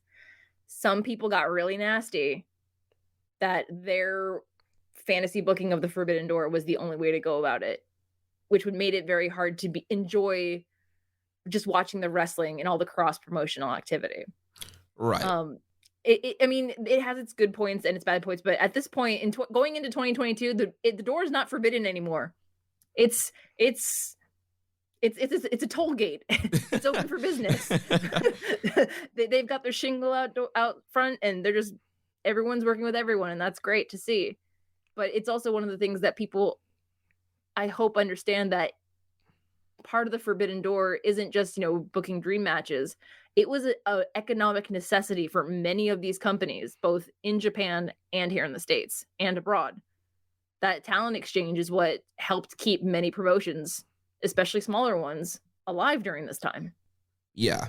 And I think when you kind of look at the Venn diagram, you have the people in the middle that watch both promotions or multiple companies, and they're all in for what's going on. And then, on the right side and left side, you have your diehards of those promotions, and those are the ones that are kind of being negative online or kind of being nitpicky to what's happening here. But I do think, we did see a lot of positive that came from, the Forbidden Door being open. I mean, we would get questions for weeks and weeks, when is AEW and New Japan going to work together?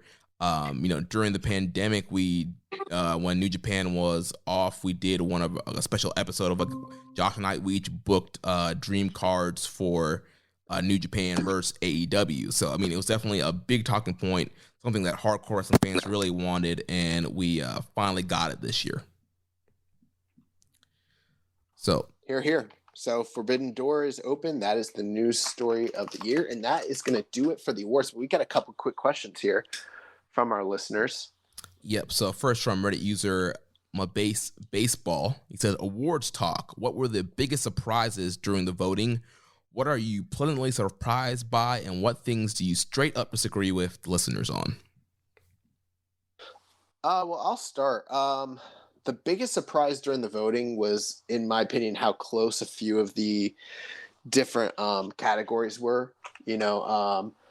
Match of the year, faction of the year, young lion of the year. Some of those I didn't think were necessarily that close, but my opinion doesn't necessarily reflect everybody else's. The thing that I probably disagree the most with, I think that the Never Six Men champions probably should have been tag team of the year. One thing I do disagree on, and I don't want this to sound like I don't like the match, but I do disagree on Hiromu and Desperado placing as high as they did. There are a couple other matches that I probably would have put maybe a few slots above it. But other than that, most of the awards, I don't think Suzuki-gun was the faction of the year. Not that that's a big award, but I do think either Suzuki-gun or United Empire probably were higher in the rankings in my estimation. So that'd be the big thing. But I was pleasantly surprised to see that most, like, Desperado got his flowers. Shabada was getting, a lot of love. I agreed with most of what was voted on, which was a pleasant surprise, because last year didn't feel like that. Last year felt very discombobulated. I would agree with Josh on that. And for me, as someone who's, a newer fan, and I've really enjoyed being a part of the Keepin It Strong Style community, because I agree with a lot of the opinions and stances that are being taken, especially with the results of the awards and everything. And I said my piece about shows Best of the Super Junior match is not ranking high enough earlier, but I was very happy to see how everything really turned out. Yeah, I'm kind of in the same boat with you guys, and especially you, Josh, with some of the voting, just how close a lot of categories were. Again, kind of surprised with Young Lion of the Year, Young Boy of the Year, just that way that Coughlin kind of took off with that. I was expecting it to come down between Tsuji and Yamura. Faction of the Year, I feel like United Empire really was established this year and probably should have been the faction of the year. I feel like the Never Six Man guys, the Chaos Trio, should have gotten more love than they did in the tag matches of the year and tag team of the year. But overall, I think the Warriors did a good job. Last thing, he didn't win any individual awards, but Zack Saber Jr. placing as high as he did in so many of the awards was also refreshing as well. Yeah. Then he also asked, which non-regulars do you want to see more on New Japan Strong in 2022? Personally, I love to see Josh Alexander have a real program, but I also appreciate them bring in like Kevin Koo. I don't know.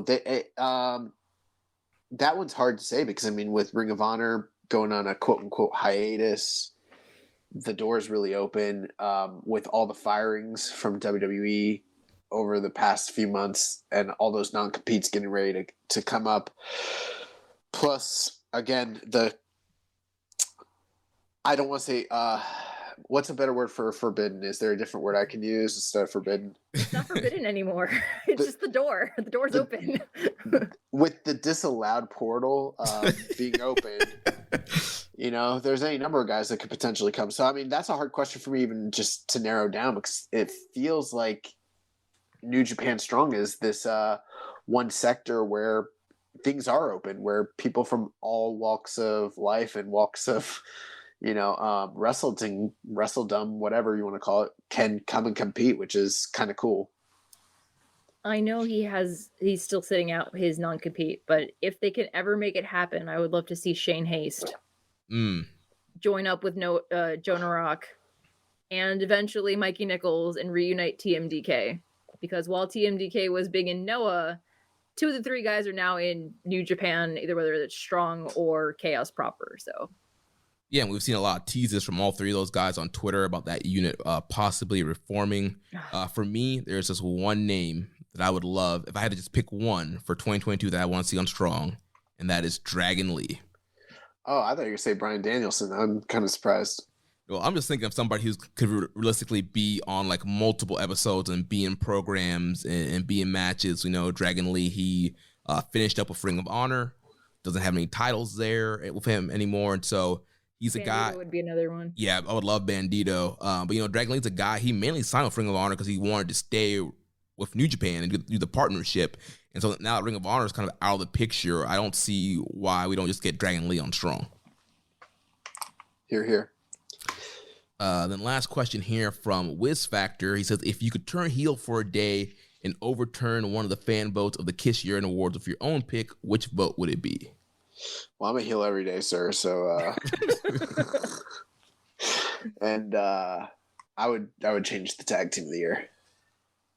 I agree. I would change tag team of the year, give it to a Chaos Trio.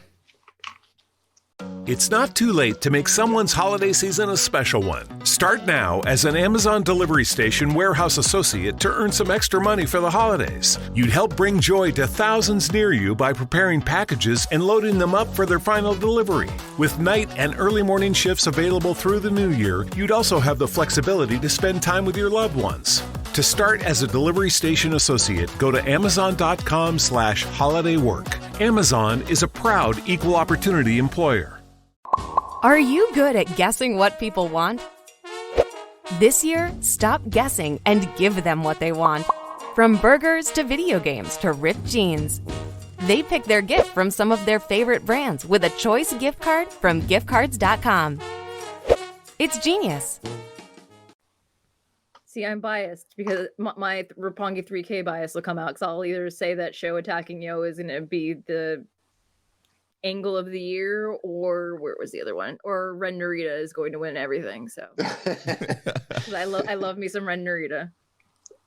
Well, that is it for the voting. Thank you guys this year for participating. Again, these are reference guides for you guys to take a look at and pay attention to. It's not just solely about the winners, but it mostly is. So thank you for, helping us decide who those winners were. These, awards, they get listened to by everybody. And there are people out there that know about it and hear about it. And, it's a good gauging mark for the Western audience and for the viewership or the audience of this podcast. So thank you guys. Yeah, thank you guys for voting. Now we're going to move on here to our review of the World Tag League and Best of Super Junior Finals that happened last Wednesday, December 15th. Have you noticed with me being sick, I'm making up more words than usual tonight? No, I'm like misusing and like just making stuff up. It's because I'm like, I can't find the words. So I'm just whatever. So let's talk about the finals here from World Tag League and Best of the Super Juniors last Wednesday, December 15th. We're going to run through the results here and focus our time in on the finals for both tournaments, and we'll cover any angles that happen in the undercard matches here. So show opened up. We had the Suzuki-Gun trio of Doki, Suzuki, and Taka defeating Fujita, Taguchi, and Yuto Nakashima 6 minutes and 7 seconds. I would like to say Minoru Suzuki put a serious beating on Yuto Nakashima. I mean, like, for real serious. Yeah, he did. He laid hands on that boy. Second matchup, we had Bullet Club's cutest tag team, El Phantasmo and Taiji Ishimori, defeating Ryohei Oiwa and Tiger Mask. A quick 2 minutes and 31 seconds. After the match here, ELP hits sudden death on Nakashima, but then Robbie Eagles came out to make the save. Then the Eagle starts getting overwhelmed by Taguchi, by Ishimori and Phantasmo, but then Taguchi comes back out to make the save, but then he attacks Tiger Mask and Eagles, and he grabs the titles and claiming. And he joined the Bullet Club. Everything came full circle. For a second I was like, what the heck has happened? But no, he was just making his claim for the junior titles. He wants to be the 69th junior tag team champion, and he said mega coaches. So, in which we learned that Rocky Romero will be in Japan to team up with Taguchi to challenge for these junior tag titles. Yeah, fuck you, Wato. Oh no! One of the things I loved about that post-match beatdown was when Robbie Eagles ran in. He just slid. I don't know where he came from, but he just slid into the frame. And I was like, oh, there he goes. That's how. That's how it was that time when Harold May ran down to the ring too. Oh no! But yeah, I'm hoping that Taguchi and Rocky can do the thing. Maybe. I'm cautiously optimistic. It's Wrestle Kingdom. Anything's possible. Yeah. I'll dream big. So our next matchup here, we had a Suzuki team of El Sporado, Taichi, Yoshinobu Kanemaru, and Zack Saber Jr. defeating Great Bash Heel, Togi Makabe, and Tomioka Hanma, Master Wato, and Toru Yano.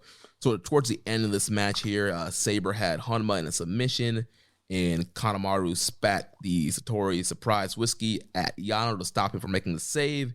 And they are setting up an angle here to do Yano versus Kanemaru for the KOPW trophy in the year-end party match, whatever it is. We'll talk about that here in a second.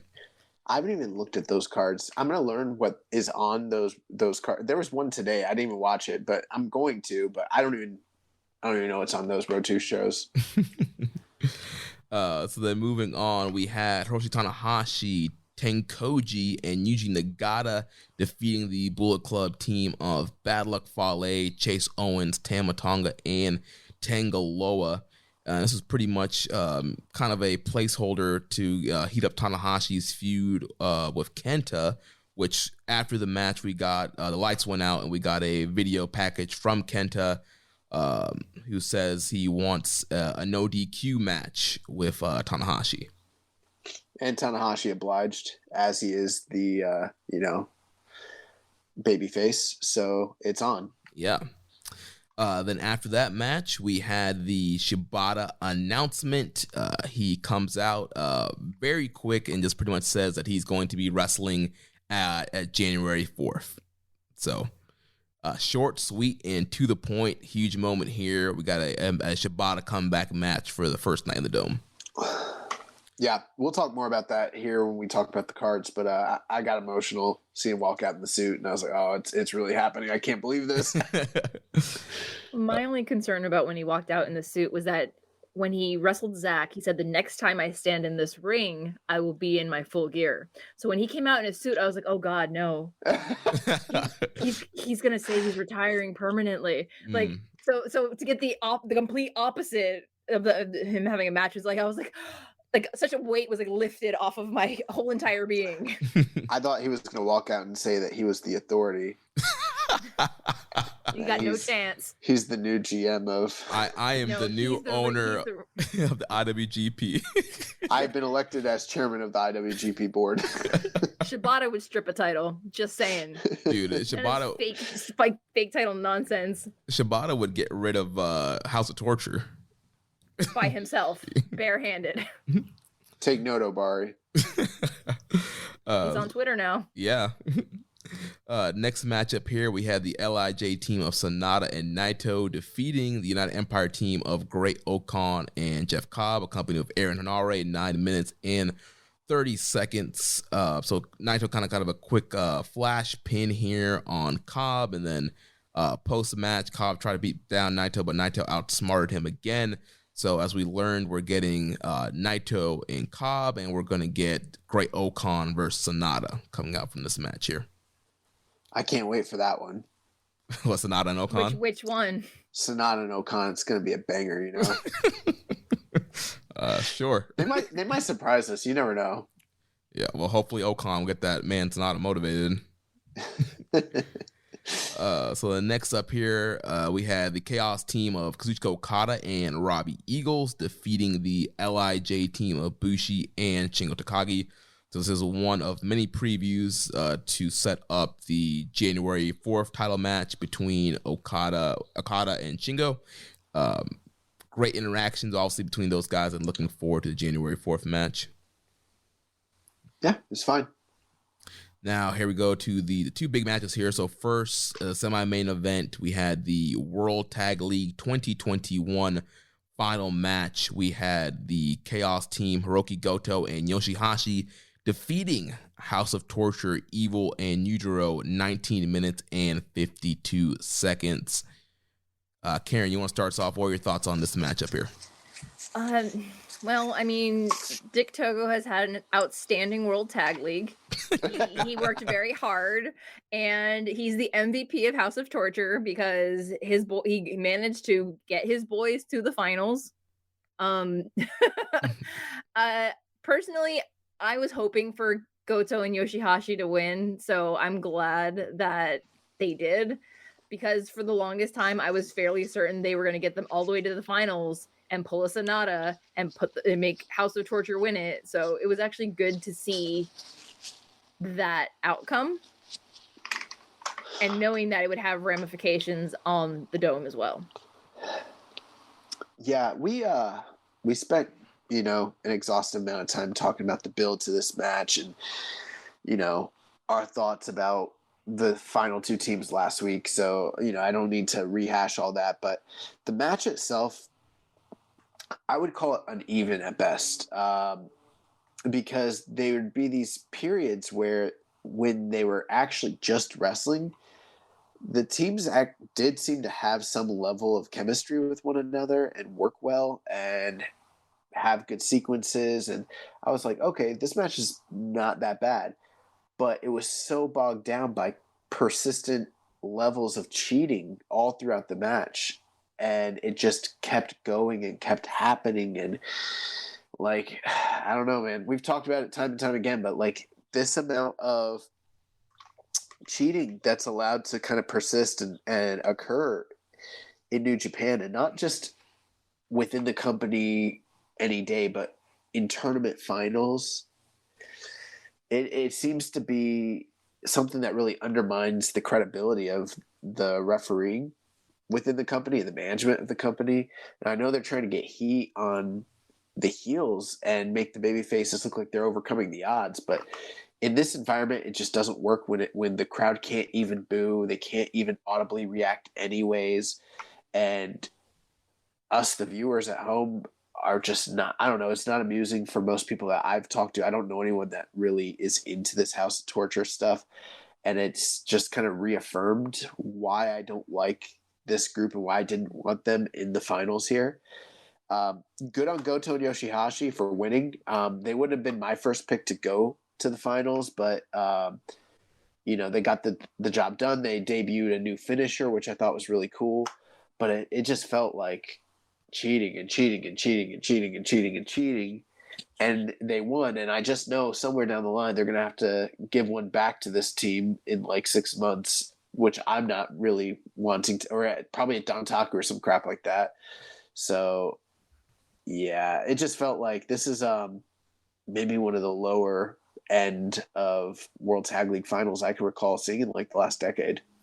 I did like that when Chaos beat Tekkers, Taichi basically grabbed Yoshihashi by the head and said, I better see you at Wrestle Kingdom. Don't let our loss to you guys go to House of Torture. So it that very small nuanced layer made it feel better. But I completely agree about how cheating undermines tournaments. That was the problem I had with both Super J Cups that ELP won. Yeah. And it's hard as a fan of watching these leagues and seeing other wrestlers in the same factions who are even heel wrestle a rather clean tour, comparatively speaking, and then having to sit here and watch it and be like, you know, GOD was right there and they wrestled fairly clean throughout the entire thing. I know that they're trying to push House of Torture to the moon because they're wildly popular in Japan, but it's frustrating to watch because it's one of those, I knew the moment that Chaos won this match that the outcome for the other match was not going to be what I wanted, or was going to be exactly how I expected. Yeah, I mean, it's just hard to get invested in these matches and in a big final when you know the cheating is coming. So instead of just like watching the match and trying to enjoy the match, you're just kind of sitting here, you know, on the edge of the seat, just kind of waiting like, all right, when's the cheating going to come? When Togo gonna pop in? When's a ref bump coming? Like you're just waiting for the BS to happen instead of just kind of enjoying the good match, especially when you're seeing it happen every single match of the tour. I don't think there was one House of Torture match that didn't have any kind of cheating and interference. And I get it. They want every city to see it. They're trying to establish this thing. But it's just hard to invest in, especially for a big tournament finals. You know, we talked about this. I can't remember what we talked about. We talked about like the Bullet Club final where it was Jay White and Ibushi, and Jay White came out with all the Bullet Club down. Even before the match started, Red Shoe was like, no, none of that. Like, send the whole crew back. And so, like you mentioned, Josh, I think it makes the referees look dumb. Where in the past, we've seen them, you know, use their authority to get rid of heel factions at the beginning of a match, and now they're just kind of letting stuff happen. We're seeing refs getting hit and pulled out, and there's no disqualification. There's no reprimands. You know, there's no kind of punishment for, you know, there's no really comeuppance for this. You know, you build heat, but you get heat so that there's some kind of upcomings or payoff, and there really isn't with House of Torture. Yeah, I mean, the thing with cheating is like there's a time, there's a place for it. There's a time and a place for, you know, an overabundance for it. I mean, I'm not saying that you can't ever have that sort of thing, but like, for instance, like you mentioned, you're in a tournament and every single night this team has cheated, and it's become apparent to like anyone with half a brain that's watching the tournament. Maybe at the end of the tournament, the referee should, like you mentioned, alluding to the Jay White Kota Ibushi final, maybe kick out the second that's cheating the whole time, you know? Mm-hmm. And I'm not even saying they couldn't necessarily come back and maybe cheat later. I'm not advocating for that either, but at least like let the referee have a brain or something. The other thing too is like when you cheat all the time, one of the ideas of it is to get heat. But if that's just your MO and that's just what you do, eventually it's meaningless, and eventually it has the opposite effect of what you're intending. And that's why one of the big reasons why people are not really feeling House of Torture whatsoever, because of the matches are bad, and you can't really get us invested emotionally if the matches are just consistently bad. You know what I mean? Right.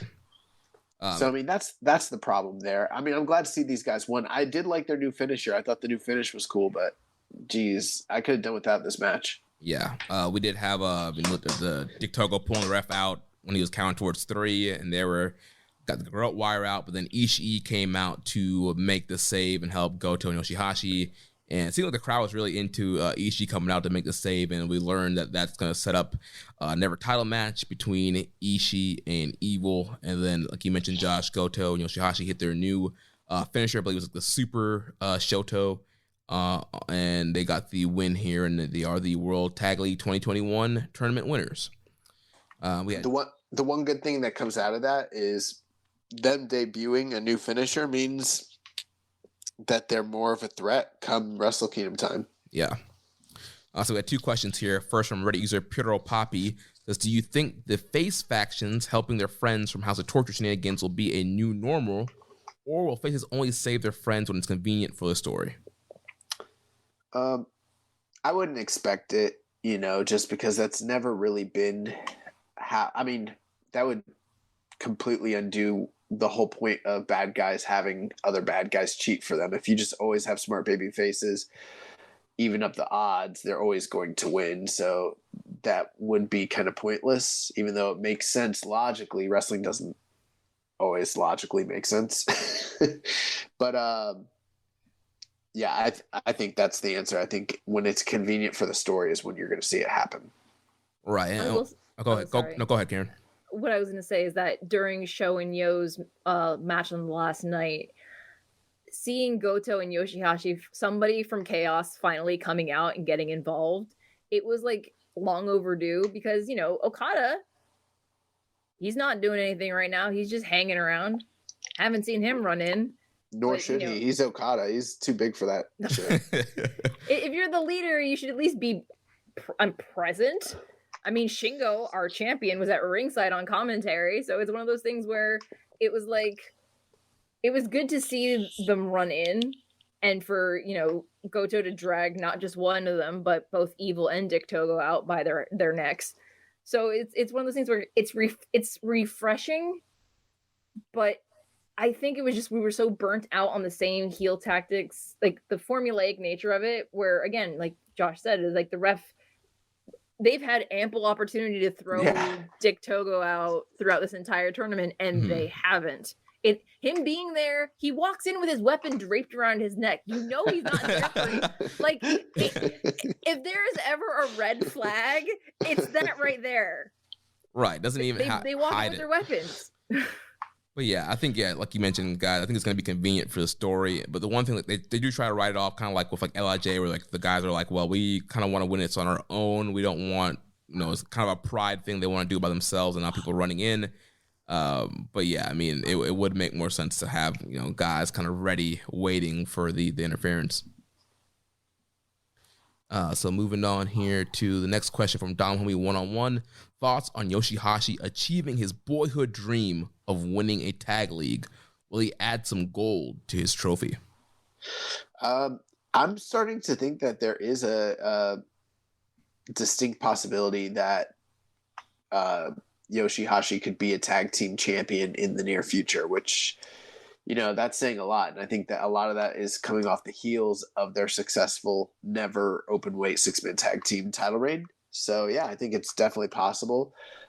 Congratulations. Goto's obviously won the tag league multiple times in the past, but first time ever for Yoshihashi, which is pretty cool. It just makes me wonder if now that Zack and Taichi are the the Tokyo Sports Tag Team of the Year, if that's going to come into play, especially with the two of them, or with Yoshihashi and Goto having the never 6-man match the next night. I don't see them winning double gold, and I don't see them wrapping the tag titles into the never 6-man spiral, because I always hate double gold dashes. Yeah, but that's kind of been the MO we've seen with pretty much all the titles, the never 6-man tag, the junior tag and junior title, that these titles that have multiple divisions have kind of been linked together. So it wouldn't surprise me to see them do that, but I would, like you, I don't want that. I think the title should be separated. I think they could do different programs without having to mix both the titles together. But I definitely do think that Yoshihashi does have a strong chance of him and Goto winning. I don't think it's a foregone conclusion that Takers are going to win. But we'll give our official predictions on all Wrestle Kingdom matches next week. We'll have Chris Samsa joining us, and we will go through each match, give our official predictions and preview. So now let's move on to the main event of this show, and it was for the Best of the Super Junior Finals. Hiromu Takahashi defeats Yo 38 minutes and 30 seconds. Karen, what do you think about this matchup? Sorry, I had to eat something, so I was just trying to inhale an Oreo when you asked me this. I really wish they would have started Yo in the tournament strong, having him pull a Sonata and drop the first 4 before running the table all the way to the final. I know the story that they were trying to tell with it, but it also made me feel like regardless of what happens, especially when he lost to Hiromu in the first match in less than 4 minutes, that no matter, even if he made it to the final, he wasn't going to win the final, especially if it was going to be Hiromu. I think this is the Yo I've been waiting to see since he came back in February of this year. I am optimistic that maybe perhaps next year might be his year as a result, because he finally put some people on notice. And I did slip Josh a receipt for saying that people needed to come back to him after Yo has a 4 1/4 star match, and this one was ranked at 4 3/4. But I personally, I was very emotionally invested, not just because of it being the best of the Super Juniors final, but Yo and Sho are my favorites. It gets a little complicated with the way they handled the involvement of Sho in the match, but I have, while some people may disagree with it, I understand why they did it, because 1, they're going to have the grudge match.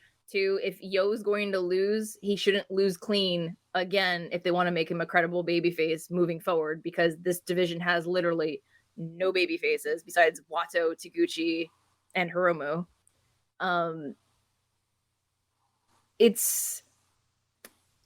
It's hard because with the Japanese crowd being unable to boo or jeer or really voice any semblance of an opinion during a match, the 8 minutes of showboating and ruining the world for everybody, you could hear a pin drop in that venue. And I know that if it was in front of, like, say, for example, if it was here in the States and it was in front of a crowd that could actually boo and like lose their minds, they would have. Mm-hmm. But just the dead air, the dead air reaction, because they're abiding by the rules in order to have that particular show. Many people perceive it as disinterest, or being annoyed that, yes, again, Sho didn't show up in the tag match, so of course he's going to try to do something to ruin the final, because he didn't, he started dropping losses after starting off strong and cheating the whole entire time. So it's one of those things where I wish beyond all that match could have been in front of an audience that could react to it, because I feel like that one portion, even though it added to the match time, if it was in front of a group that could react to it, it would have added more feeling and not be like, oh, here we go again. You know what I mean? Yeah. Young boy, your thoughts? So I will start off by saying that I was a little bit harsh on Yo last week on the show. I dragged him maybe a little bit too much. But I don't take back anything I said, maybe just the spirit in which I said it. And but part of it's because as much as I do like Sho and Yo, but I love the prestige of the Super Juniors tournament even more so. And I didn't necessarily know if I felt like Yo was ready for that stage. And I don't even blame him. I don't know, kind of like what Karen had mentioned, I don't know if they built him to that stage properly, gave him the right platform to get there. And I don't think that the matches he was having in the tournament leading up to this were building enough credibility and belief in him to really be a credible winner. It did remind me a little bit how Sonata looked and felt going into the tournament finals against Kota Ibushi last year. That being said, this is undoubtedly easily the best final, or just the best singles match of Yo's entire career. So I will agree there. Do I agree with Dave Meltzer thinking it's 4 3/4? I wouldn't go that far. But I do think we probably have our match of the tournament, most likely. It's probably either this or Hiromu versus Despy from earlier in the tournament. And I don't know if I'm as high on as everyone else on it. I felt like the match, and this is kind of in similar fashion to last year's final. I felt like it was good up until the pivotal moment. In this case, the pivotal moment being Show's interference, which I've seen both sides of it. I've seen some people that are in favor of it, and then a lot of people that are negative on it. I think the big problem with it is that you combine it with everything else that House Torture has been associated with, and not just them, but the company as a whole, how much this company has really kind of become a heat-seeking promotion with the run-ins and everything else we've talked about. It's just been overdone to a wide degree, where earlier when I mentioned if you do it so often, pretty soon none of it really matters. There could be an argument that this could have mattered if it was like, let me give you for instance. There's a famous time during the Tag League Finals in 1981 on the All Japan side when Stan Hansen defected, and people were like, holy crap, he left New Japan. It was a big, big, big deal. And in the middle of the match, he lariats one of the Funk brothers, I don't remember who, I think Terry, and lays him out. And then at that point, Dory's left to the whims of Bruiser Brody and Jimmy Snuka, and they lose ultimately because of his interaction. And like cheating like that was not common in All Japan. And considering who did it and how they did it, it was like this huge legendary moment. To this day, Pearl fans still talk about it. It's not that different from what Show really did, if you think about it. The difference is the context of it. And it was something where people want to shit on it so bad because it's just like, oh man, like more of this. You know what I mean? So, I mean, there is a time and place where you can do something like that and have it mean something and to really get it over. And it kind of brought the match to a standstill. On the flip side, after that, both guys seemed to be wrestling with more urgency and really a higher level of selling to where it did kind of elevate the match in a weird way. So I don't know. It's kind of that same argument from the triple threat from WrestleMania a few years ago when Seth Rollins interfered. Like, it kind of detracted from the match, but it also kind of made the match more exciting and better. So, you know, I guess it depends on your opinion. I'm one where I don't personally want to see that sort of interaction in the final of a Best of the Super Junior, which I think is one of the 2 or 3 big, like most prestigious like tournaments that are out there. That being said, the end of this match was incredible. There was a dragon suplex from Yo that I bid on, and I was like, oh shit, he did it. Which he didn't, but they had some really, really, really awesome interactions at the end to where like I wasn't feeling the match.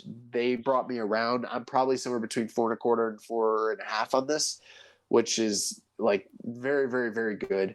I was torn a little bit because there's the part of me that like was like they went with Hiromu again, which is like that's to be expected. It's like, yay, we're getting him in Desperado, but then it's like we're getting the same old. Then it's like, I didn't think Yo was ready, but maybe they should have took a chance on him. And I was like kind of conflicted there. I didn't really know how to feel. And I think that's how I felt the whole tournament because it's a single block tournament. Everyone fought, you know what I mean? Like just all the same issues we've talked about this whole time. So, I mean, that's kind of my assessment overall on the match as a whole, you know? Oh, one other thing too.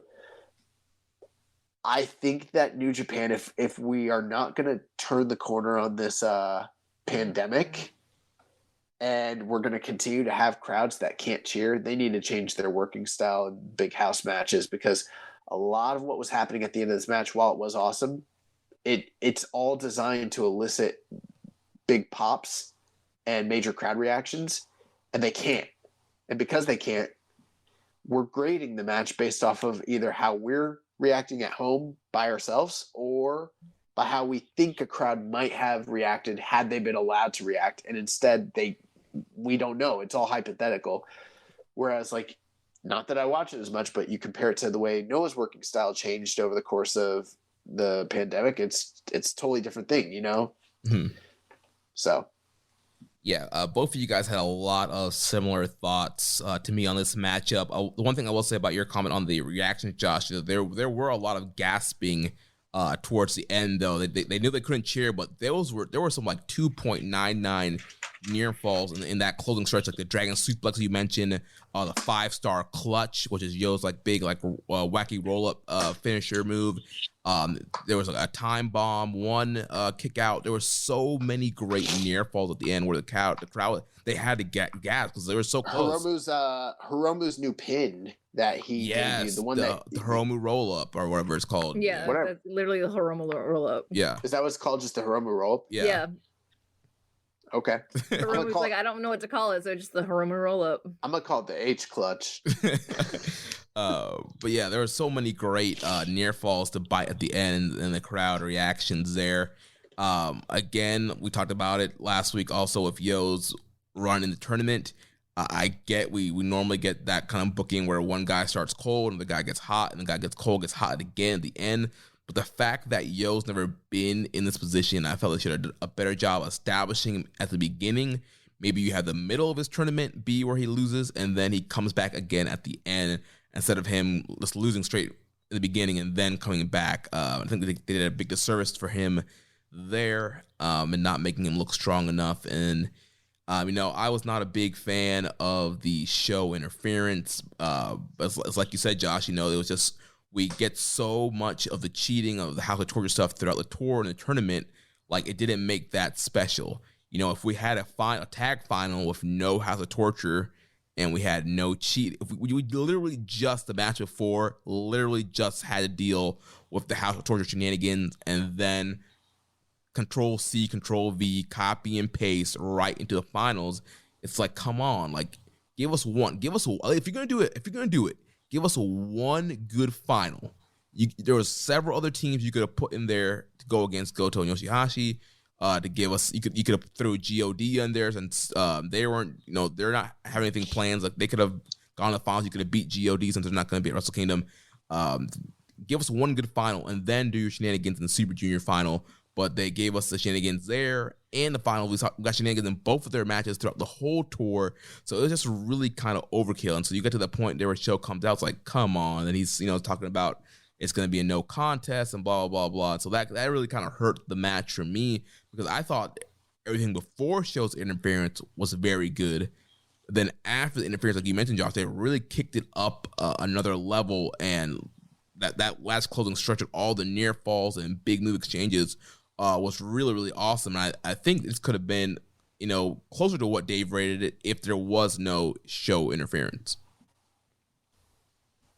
I was going to also agree about had the tag match not had House of Torture in it or some cheating of some kind, I would have probably been a little more okay with it. But then I also understand that they were using show in this particular instance to set up Wrestle Kingdom. Like him getting, conspicuously being absent. It was either, most people were like, is he showing up in the tag match or the main event? Like everyone was on show watch basically.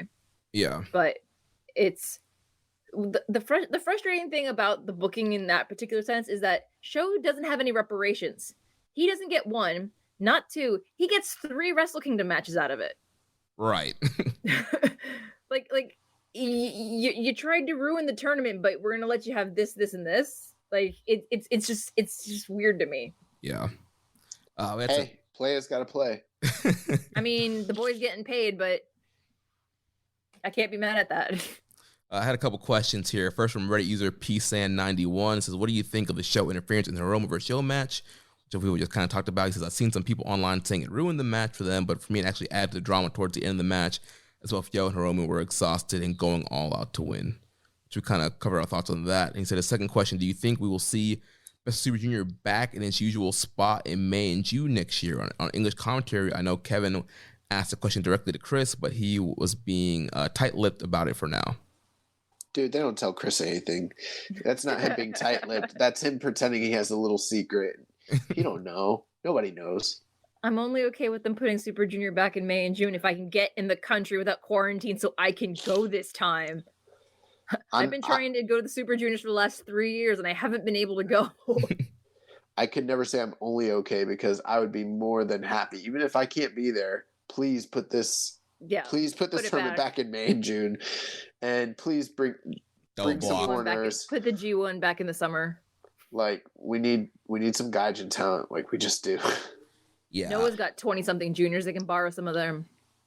I was thinking more like whites and Mexicans, maybe a black, like whatever. Leo Rush. Kevin Knight. Some diversity. I don't know. And I hope it goes back to the blocks. spring. Yeah, 2 blocks. So we'll see what happens. I hope the schedule does go back to a little bit normal for this 50th year anniversary. Next question here from EMJ Does PR. He says, "Hey guys and Karen, Merry Christmas and Happy Holidays. First question is for Karen. Now that Wrestle Super Jr. is done, how are you feeling about Sho and Yo's future?" I mean, as the perpetual optimist and always having these boys back, I think their future is still very bright. I feel like maybe as much as I wanted this year to be their year, it's not. They're hitting their 10-year anniversary next year, so maybe next year's their year. I don't know. I did find it interesting that especially Desperado and Hiromu have called out Sho about being in House of Torture and asking him if this is really the kind of wrestling he wants to do, or is this just the means to an end for the time being? So I don't know if they're trying to force him to switch back and go back to being a babyface sometime in the future. But, personally, as a fan, heel or face, I'm going to support them. They're good guys. They work hard. Everyone calls them like the solid mid-card guys because they're doing, they're always the ones eating the pins in all these different matches. But I feel like maybe New Japan is finally starting to give them the platform, and that maybe next year might be very bright for them. Awesome. Well, that is going to do it for our coverage of World Tag League Best Super Junior Final. We're going to move on. This past week, the Wrestle Kingdom cards were dropped for all 3 nights. We were first made privy to nights 1 and 2, which will be the 4th and the 5th in conjunction with one another. And then just a few days ago, they dropped all of the announced matches for night 3 on the 8th, the Noah versus New Japan show. I'm going to run through the matches real quick. Then we're going to just have general broad discussion. We do still have a preview show coming up, so we're not going to get too deep into it, but we have some questions here. So on night 1, we have a pre-show New Japan Rambo match. It looks like the top 4 guys at the end of that will be, in a 4-way match the next night to determine the new provisional champion. First match of the night on night 1 after that, the main card, Sho versus Yo, grudge match. Third match of the night, we have Tanahashi and the Mega Coaches teaming up to take on the Bullet Club team of El Phantasmo, Kenta, and Taiji Shimori. Fourth match of the night, we have the LIJ team of Bushi, Sonata, and Tetsuya Naito taking on the United Empire team of Great Khan, Jeff Cobb, and Will Ospreay. Fifth match of the night, we have Katsuri Shibata versus unannounced, so it still remains to be seen who he's going to be wrestling. We do have a couple quick questions here. Fit_beautiful2638 said, who would be your pick for Shibata's opponent? Ibushi, Suzuki, or Nagata? Personally, I'd go with Nagata, give Ibushi more time to get himself healthy. What do you guys think? Did you go first, Karen? I've said this on Twitter. I want a young lion gauntlet. I want all the LA Dojo guys that trained with Shabada these last 4 years to go at him one at a time. So Fredericks, Coughlin, Connors, Ren Narita, Uemura, DKC, Kevin Knight, every single one of them, even if it's like a 2 minute per person, and they all, eventually get pinned by him. I just feel like the LA Dojo has been so integral in his continued love for pro wrestling. And then I can guarantee you with all the time he spent with them, he's been training with them. So if it's not going to be Zach, it should be one of the LA Dojo guys. Jeremy? Yeah, obviously Kota Ibushi is missing here, and we don't know the update on his recovery from his shoulder injury, but I would think that would probably be the number 1 pick, at least in the office's mind, is to do Ibushi versus Shibata. That is kind of a big match to do with no build, though, so I'm not sure if they would do that, but obviously Ibushi's a big star, and if he can wrestle, you go with that. If not Ibushi, I think Suzuki, Nagata, Kojima, he had feuds with third-generation dad. I think any one of those guys would be a good option. Dom Homie 101 also has thoughts on who will be the first sacrifice, opponent for the wrestler Katsuyori Shibata. So I think you guys kind of answered that. I agree with you guys. Some other names that are sort of out there that I don't know if they've really been considered, aside from like Suzuki and the New Japan guys. Obviously, they instead of a gauntlet, they could always bring over maybe say like Ren Narita or Gabe Kidd, like you mentioned, one of the LA Dojo type guys. That's a possibility. There is also the possibility it could be an outside person. Like I know Kazushi Sakuraba with the Noah connection. That's another person. They've got a lengthy history with one another. That's a possibility. The reality is we don't know who it is right now, but I would be surprised. I would be opposed to Nagata, Yeah. So, sixth match of the night, we have the never openweight title on the line. Tomohiro Ishii defending the title against Evil. Seventh match of the night, the IWGP Tag Team titles are on the line as the Dangerous Tekkers defend the titles against the team of Goto and Yoshihashi, the World Tag League finalists. Eighth match of the night, the IWGP Junior Heavyweight title will be on the line as the champion El Desperado defends against Hiromu Takahashi. And then the main event will be Shingo Takagi defending the IWGP World Heavyweight title against Kazuchika Okada. On night two, we open up with a Junior Heavyweight Tag Team title match. Flying Tiger team of Eagles and Tiger Mask will defend against the Mega Coaches and Bullet Club's Cutest Tag Team in a three-way. Second match of the night, there'll be a Stardom Showcase Tag Team match as Mayu, Iwatani, and Starlight Kid defend against Saya Kamatani and Tam Nakano. This will be aired for the first time from the Tokyo Dome, so that's very exciting. Third match of the night, the NJPW King of Pro Wrestling title four-way match. So the final four finalists of the Rambo from the night before will be in that match. Fourth match of the night, the never openweight six-man tag team titles will be on the line as the House of Torture, Evil Show and Yujiro defend against Goto, Yo, and Yoshihashi from Chaos. Fifth match of the night, Sonata will wrestle Great O'Khan in a singles match. Sixth match, we have Naito against Jeff Cobb in a singles match. The semi-main event will be for the IWGP US title as Kenta defends the belt against Tanahashi in a no disqualification match.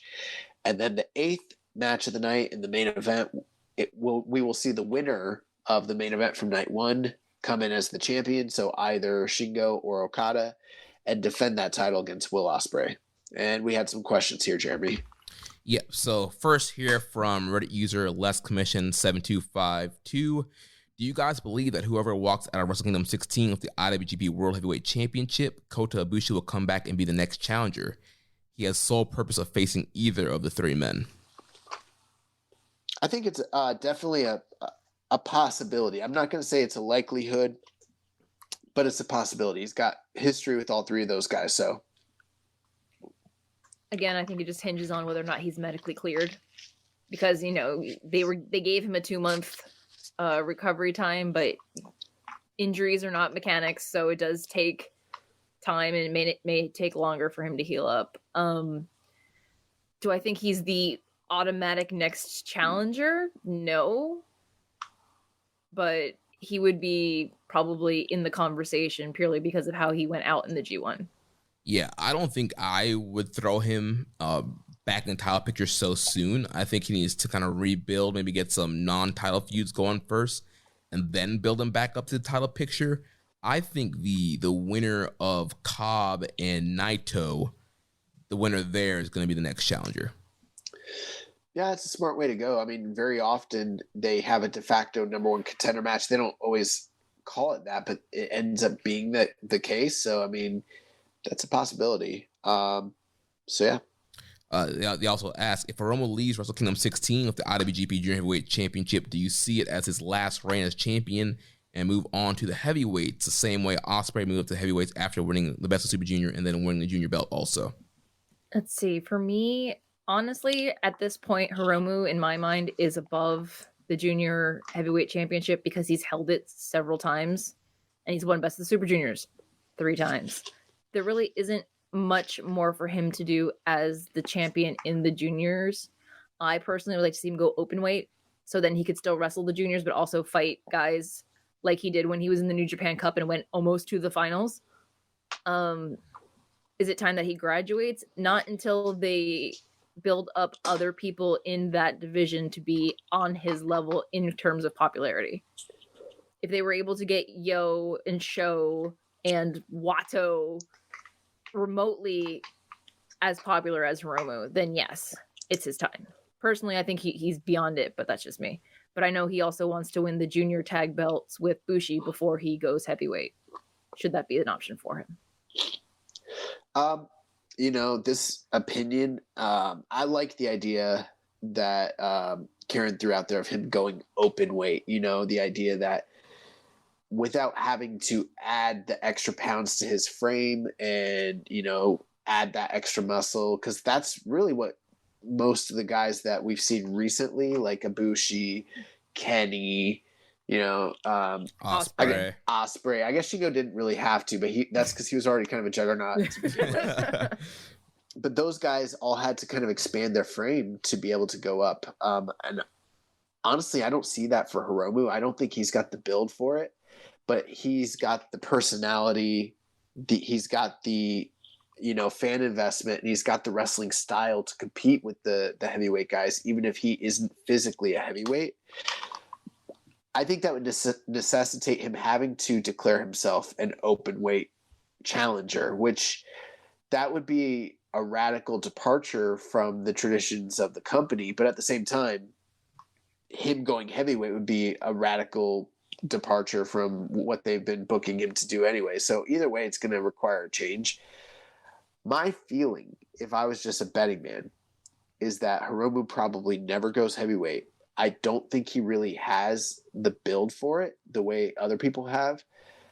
The only historical comparison we have for someone his size going to heavyweight is Jushin Thunder Liger. And I know this is a very different company in 2021 than it was in 1996, but they didn't book Liger to be an overcomer or a champion or a success in any sense of the term when he went to heavyweight. Like, he kind of lost all the time. And then even after he packed on the pounds and made himself muscular, they made him go back to junior, and he's now seen as being the most successful junior of all time. And I kind of think that that's sort of where they see Hiromu. I think Hiromu, because of his size, is going to ultimately be in that same vein as being one of the, one day when people talk about juniors in this company, they're going to talk about Tiger Mask, Liger, and Hiromu Takahashi.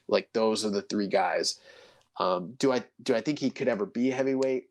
If they change their philosophy, yes, but I don't think he has the frame to fit in the narrative of what the company sees and how they traditionally book things. I just don't see it. Yeah, it's really going to come down to what's going on in the booking room and the booker's decision, because I do think, like you mentioned, Josh, with the personality and the character and the popularity, I think Hiromu has the drawing ability to be a main eventer. But I kind of like the idea you mentioned, Karen, of the whole open weight thing, because then you could still throw him in a never title match. You can put him in the G1 and kind of experiment how he does as a heavyweight and see, again, how his popularity matches up against some of the heavyweights. But like we talked about, like you just mentioned, Karen, the junior division has been centered around Hiromu the last couple of years now, and with guys like Ospreay and Shingo moving heavyweight, Kushida going to WWE, and it's a lot of the top guys, and we've had no new guys being able to come in. It's been Hiromu's show. That we've seen them kind of push El Desperado. We're seeing his popularity go up, and he's a champion right now. It's going to be a big rematch. So honestly, I think this title match is going to be more about Desperado than it is Hiromu. I think they're really going to try and set Desperado up to kind of be elevated to that next kind of star level.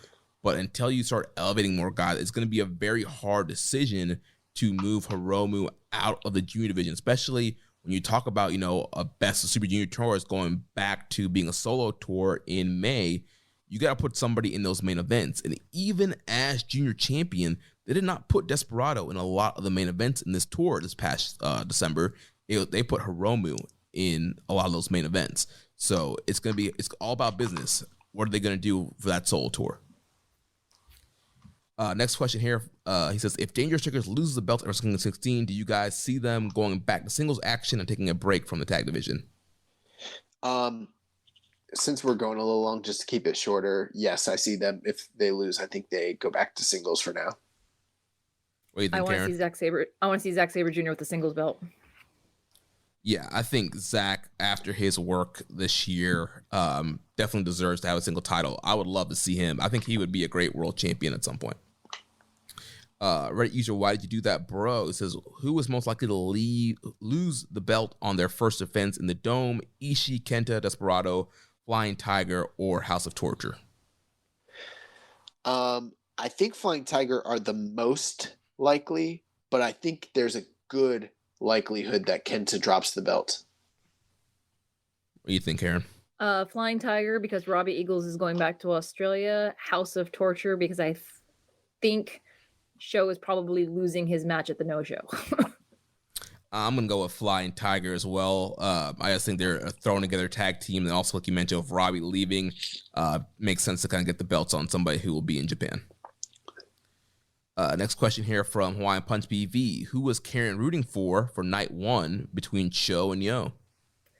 I'm rooting for my personal survival. I love them both. Win or lose, whoever wins, it's the person who needs it more is Yo, especially after Show ruined his chances to win the Best of Super Juniors. So either is fine. I'll make it through, I promise. Next question's here from Rambo. Wait, one thing I do want to say. This will be their third singles match in a pretty short period of time. They need to have a great match. Yes, I agree. I just need Dick Togo to stay away from the match. That's probably, well, he might. That would, I hope so. Next set of questions here from Rambone Slam Pig. What matchup do you think makes the most sense to headline night 2 at Wrestle Kingdom? Which would you rather see? The main event, which will be for the world title. I pretty much always think the world title should be event. I think he maybe means, should it be Okada versus Ospreay or Shingo versus Ospreay?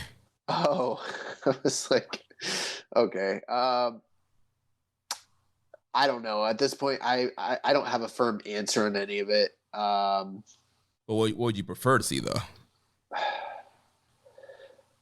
You know, I've been thinking about it, and like, I think the best matchup in all of wrestling, period, is Shingo versus Ospreay, and they've never wrestled in the Dome.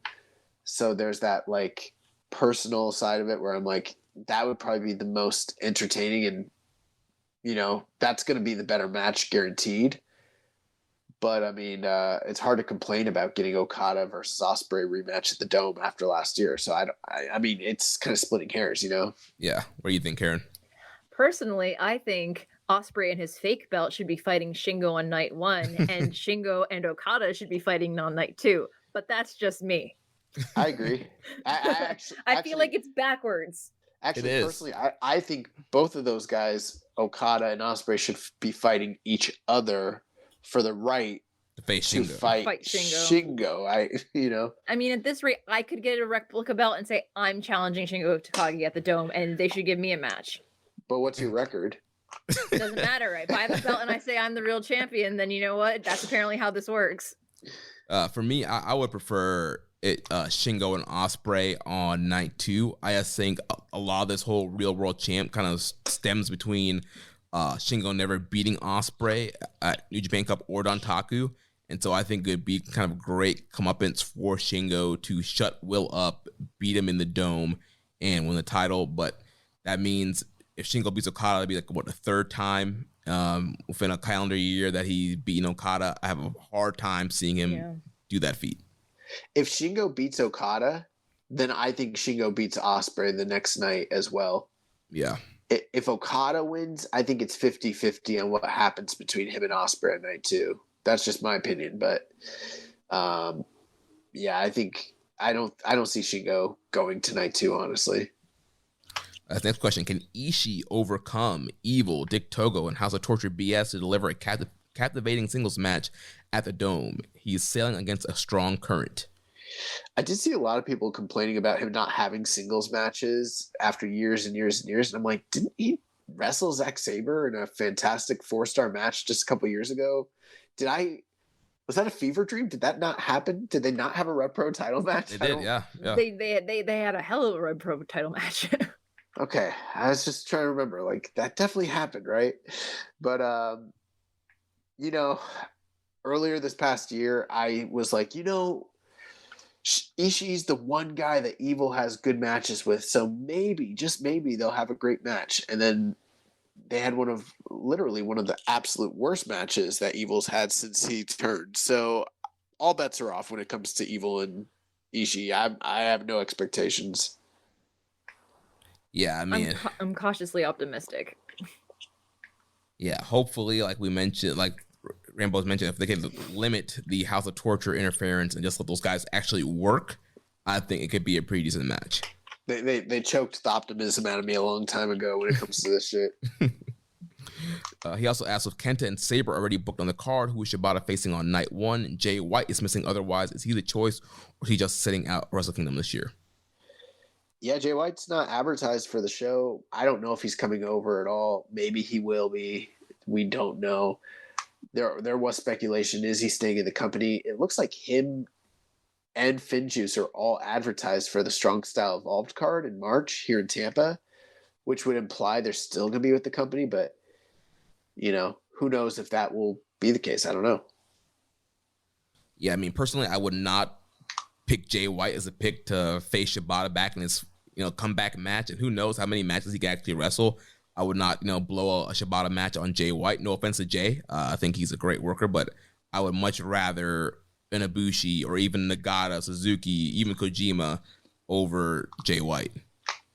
If they were going to do Ibushi versus Shabata, I would this is just personal preference, I would like the controlled aspect of a UWF rules match. I feel, because especially if they're going to surprise us with Ibushi, and he's he also needs to be considerate of his body, seeing his arm just kind of fell out of the socket a couple of months ago. So I think if that were the case and they were to bring Ibushi, it would probably be a safer match, because I love Ibushi, but the boy goes a little too hard and often goes, he should stop when he doesn't. So it's one of those things where I would want some kind of caveat on that match, depending on who the opponent is. This is a moment where I've got to vehemently disagree with you, because I can't think of many things that would be scarier than a UWFI rules Ibushi. K2 murder Ibu. Oh God, that would be a recipe for disaster. Now he can't jump off stuff. He only can hit you. Oh hell no. Oh, that's hell fair. No. That's fair. That's a bad idea. Sorry, I didn't think about that. My apologies. It's past my bedtime. Next question here from Dom Homie 101. Thoughts on the lineup for this year's Wrestle Kingdom? Which matches are you looking forward to? Which match could be a show stealer, and which match could be a hidden gem? I don't know. I think the lineups look good. I will tell you the truth. I don't think that these are the most exciting lineups for Wrestle Kingdom. I don't want to be total negative, but I mean, when you compare it to like the last 5 or 6 years of Wrestle Kingdoms, I don't think these shows stand up. But considering, again, and I feel like I'm always making this caveat over the last years, considering where we're at in this pandemic, I think these are very good shows. But, there's hardly any matches that we haven't seen or gotten before. I mean, it's a lot of rematches. It's a lot of well-built but not fresh matches. So that's kind of why I'm a little torn. I don't feel that same buzz and excitement for this year's Wrestle Kingdom the way I normally do. But I am looking forward. I'm looking forward to almost everything on the card, and on both cards, I suppose. As far as show stealers, I mean, I think the main event both nights are going to be the best matches of the night, because they're both going to be match of the year candidates most likely. And I'm most looking forward to seeing who Shabata wrestles and what that entails. I don't know. I think the show stealer could possibly be Hiromu Desperado. only because they keep fighting to have that second night of Wrestle Kingdom be a juniors junior weight championship match, and they keep getting pushed to the semi-main or the opener. The hidden gem, I'm going to throw this out here because I know Josh doesn't watch Stardom, but the tale of Mayu Iwatani and her 3 exes is probably the most fascinating for me, because all 3 of the other participants in that match have all been understars with Mayu as the leader, and they've all either been poached by a different faction or started their own faction right underneath her nose, or got traded to another faction after Mayu lost them in a bet. So, but Starlight Kid's the leader of Stars. No, Starlight Kid is the de facto leader of Oedo Tai because their actual leader is out injured. Silly boy. No, I'm looking forward to that match, actually. It's a very complicated web between all 4 of those girls. I'm very excited for it. Yeah, that should be a fun matchup. For me, I agree with you, Karen. I think the match that could steal the show could be Desperado and Hiromu, especially with the love the Super Juniors match got last year. I think that could be a match that a lot of people might like the best out of both nights. The hidden gem, I'm going to go with Jeff Cobb and I was just thinking that. Tetsuya Naito. Cobb has been delivering on big stages this past year. Naito's going to be looking for a big match. He hasn't been on a ton of singles matches this past year. I think both guys are going to be looking to shine here. Yeah, and, who knows? That no DQ match, I don't know what the parameters are because of COVID and restrictions, but if they got crazy enough, they might really deliver something. I mean, because they always have good matches, him and Kenta. So I mean, who knows? Yeah.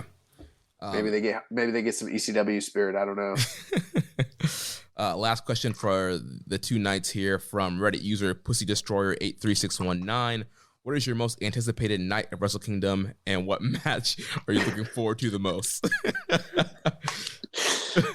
That's his name. We didn't make it up. Yeah, I don't make these names up.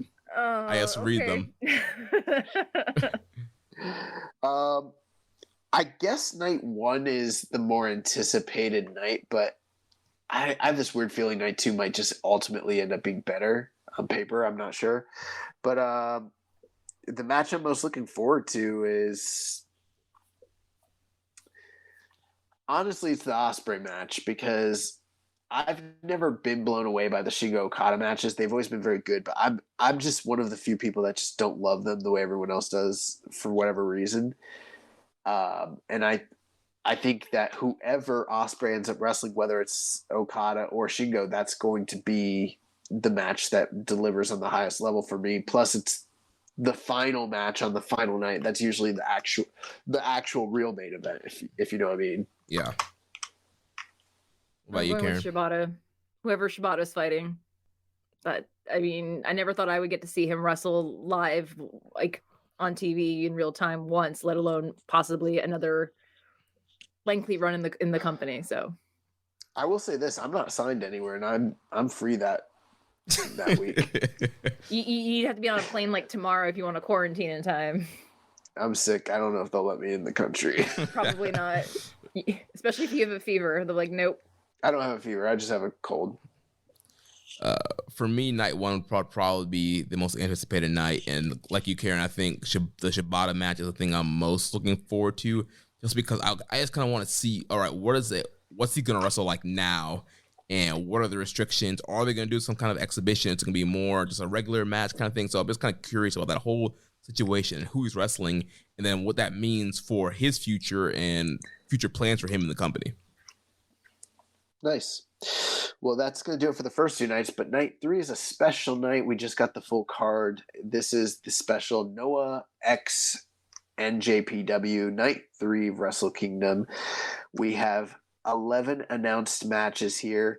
I'm going to try and pronounce all the names correctly. I'm not as familiar. Do you want to do this, Karen? You know these names. I can do it. I can give it a go. All right, so the first match is going to be a young boys match between Yasutaka Yano and Kosei Fujita. The second one will be Tenkozi, featuring Hiroyoshi Tenzan and Satoshi Kojima and Yuji Nagata against the Funky Express, with Akitoshi Saito, King Tane, and Mohamed Yone. The third match is Atsushi Kotoge versus Sho. Fourth match is Bullet Club with Gedo and Taiji Ishimori versus Stinger, which is Hayata and Seiki Yoshioka. The fifth match is Suzuki-gun, Doki, and Desperado against Los Perros de Mal de Japón, Nosawa Rongai and Yohei. The sixth match is Daiki Inaba, Daisuke Harada, Hajime Ohara, Kinya Okada, and Yoshiki Inamura versus Chaos, Hiroki Goto, Tomohiro Ishii, and Yoshihashi, with Master Wato and Ryusuke Taguchi. Seventh match is Wave, which is Naomichi Marufuji and Yoshinara Ogawa against Suzuki-gun, Yoshinobu Kanemaru, and Zack Saber Jr. Eighth match is Suzuki-gun, of course, Minoru Suzuki, Taichi, and Taka Michinoku versus Sugiura-gun, Kazushi Sakuraba, and Takashi Sugiura with Kenta. The ninth match is Go Shiozaki and Masa Kitamiya versus House of Tortures, Dick Togo, and Evil. The 10th match is Hiroshi, Hiroshi Tanahashi versus Kazuchika Okada versus Kaito Kiyomiya and Keiji Muto. And then your main event is Los Ingobernables de Japón, Bushi, Hiromu Takahashi Sanada, Shingo Takagi, and Tetsuya Naito versus Kongo, Aleha, Katsuhiko Nakajima, Kano, Manabu Soya, and Tadasuke. Now, real quick, Jeremy, do we know that is in fact the order and the main event, or is it possible that there is a notation on the New Japan website that the card is subject to change of order? Yeah, so I'm thinking, this is just me personally, depending on whether Shingo, and maybe this isn't the criteria at all, but possibly if either Okada or Shingo are the champion would determine as to which one of those is in the main event. Or if there is always the possibility that Ospreay becomes champion and neither of them have the title going in. But I've got the sneaking suspicion that Tanahashi Okada and Kiyomiya Muto will just be the main event, period, regardless, because it's Okada and Muto, and it's going to be the main event no matter what they say, even though the other one's got Nakajima and, Shingo and Naito and all that. I still just feel like the tag match is going to main event. Yeah, I think so too. That probably makes the most sense, like build-wise, drawing-wise. You don't want the kind of two Mega Aces teams against each other in the main event. Also, Mega Aces never win, so. The only caveat I have is that Noah has their New Year's show on January 1st, and that main event is Go Shiozaki versus Katsuhiko Nakajima. Now, it could go either way, honestly. Either they're going to build up Shiozaki for this massive return run, or it becomes if they're going to keep the main event as LIJ versus Kongo, it becomes how many belts can we show off in this one match? Because you currently have the GHC heavyweight champion, the IWGP World Heavyweight Champion. You have the possibility of the IWGP Junior Heavyweight Champion and the GHC National Champion in Keno. So you could have you have the opportunity to have 4 of your top titles showcased in the main event, or you have to worry about the belt count dropping to other people on the card. Yeah. So I feel like I don't think they're going to, as much as I love Shiozaki, I don't think they're going to put the GHC heavyweight champion in a match against Dick Togo and Evil. Yeah, I don't think so. I just feel like it's going to be whichever, and if Tanahashi gets the US belt back and Okada ends up walking out with the belt, then I feel like, and if that's the case, then it also hinges on Kiyomiya's match against Keno for the GHC National Championship, which could, again, effectively escalate that match to the top, because Keiji Muto is also currently the GHC World Tag Team Champion with Marufuji. And that all makes sense, and it does change my perspective a little bit, but there's just the pessimistic side of me that's just like, it's Muto, it's Okada, it's Tanahashi. It wouldn't even, like, they might still just main event even with all those titles underneath them. Yeah, I mean, they're kind of above belts, honestly. Right. Yeah. Well, let's run through these. I wouldn't be mad if it closed the show. Yeah. I don't even care if it closes the show. Let's run through these questions real quick here. So first from Tanamatapia, he says, realistically, I'm fine with all the multi-man tags. I expected it, but the roster members they used to fill out some of the spots have me baffled. No United Empire on this show. No Ospreay, Cobb, O'Con, or Hanare whatsoever. One of the finals of Best of Super Juniors finals that we just saw is nowhere to be seen on this card. So not only no Yo, but no Rocky, no GOD, no Phantasma, no Eagles, no Hunma, no Tiger Mask, no Chase, no Fale, none of them. But somehow Dick Togo and Gato and Taka have fucking spots on the card. I am flabbergasted, legitimately. Aside from Zack, do you think there's a reason that no other foreign talent is being used on the show? Or is it just because New Japan's booking is basically utter shit now? I think it's far to say that Dick needs to go. Thanks for your time, boys, and hope you guys have a great Christmas. Wow. Some things to think about there. I hadn't even really thought about that. I mean, one thing I did want to compliment them on, maybe I have to rethink this, is the fact that they did so many tag matches has afforded a lot more of the lower card roster members to actually be included and get paydays and that sort of thing, which might not have been the case had they formatted the entire card differently. But I mean, he does bring up a good point. I mean, I understand why maybe some of the domestic stars, like Gaijin stars, weren't really included, because this card does seem to be more tailored for like the Japanese audience. You know, it's on pay-per-view there. It's probably going to mean more to the audiences domestically in Japan, just the fact that it's Noah and New Japan and the history with them and everything. But I mean, yeah, he's right. There is no Yo. You know, that is kind of weird. There's other, you know, New Japan stars that are domestic that could have been included that really aren't here. So that seems to be kind of strange as well. And then, yeah, Dick Togo and Gato are there. But I mean, I guess it's probably because they're liaisons for the company, and that has something to do with it. And they're perfect pin eaters. Yeah, and they're pin eaters. And that's the other thing, too, is you need to have a lot of pin eaters for this type of card, because it's a bunch of tag matches where they're protecting different people. So Karen, I know you had a note here on this one. If you open the note, it's a very long note. So I went over to good old cagematch.net and ran the numbers. And the way I'm thinking that the reason why Zack Saber Jr. got the one Gaijin spot on the card is he is former Noah dojo. He went through the dojo in Noah with Mikey Nichols, Shane Hayes, Jonah Rock. So if there were to be any other foreigners on this card, TMDK would be the only other option I could viably see and have it mean something to the Noah fans, because Noah doesn't have any active current foreigners on their roster. And a lot of these matches, it harkens back to the All Together show they did back in 2011 and 2012 after the Tohoku tsunami and earthquake.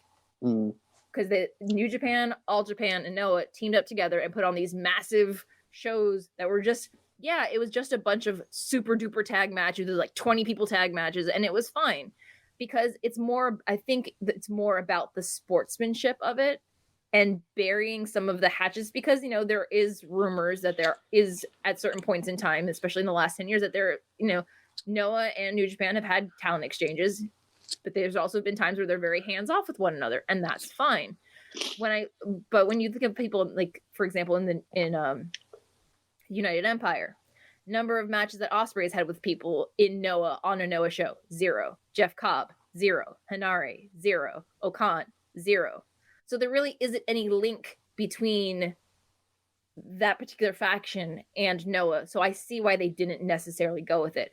I am surprised that they picked Watto over Yo, because when Yo was a young lion, him and Sho had several tag matches in Noah as young lions. If you want to get gritty about Taka's had over 100 and something plus matches in Noah during the whole Suzuki-gun invasion. Geto is a former GHC junior tag champion. Togo, prior to coming to New Japan to be Evil's second, he did 6 months in Noah. So while we as New Japan fans who aren't familiar with Noah very much, we look at this card and we're like, what is this? Why aren't these people here? Why are these people here instead? If you do a fair enough amount of digging, they're trying to dig deep into the history between the two companies. to pull in all these different matches. And some of these matchups may not be interesting to the diehard fan, New Japan fan, or even the diehard Noah fan. But if for people like us who fall in that middle category that have that overlap of or even remote interest just because you want to watch good wrestling, are they all going to be 5-star classics? No, but that's not the point. It's just supposed to be a fun card that's like a WrestleMania level length of card because it has 11 matches on it. But it's one of the things where I think it's more, going into the 50th anniversary and how they're wanting to focus on the history. This card honors the history between the companies because a lot of these people who may be mid-carders in our minds as Westerners, they're the ones who have done the match numbers in the opposite promotion, or they've been in the tournaments of the opposite promotion. And I think that's we haven't gotten that level of understanding from either company at this point. Even in the match previews, there hasn't been any long, detailed history given. So it's basically up to us as fans to you can't even search New Japan World to find a lot of these matches. You have to go on like Daily Motion or YouTube or, employ other resources. So it's one of the things where it's just like, I think, does it suck that all of these wonderful, talented people in New Japan aren't on the card? Yeah, but I see why the choices were made. But it took a fair amount of digging on my part for the last 2 days to make sense of it all. Yeah, that's some great points that you brought up, and kind of looking at the history there, why certain guys are there, it makes a ton of sense. So the next question we have here from Reddit user fit_beautiful2638. Which NJPW versus Noah match are you most looking forward to? I guess Congo versus LIJ.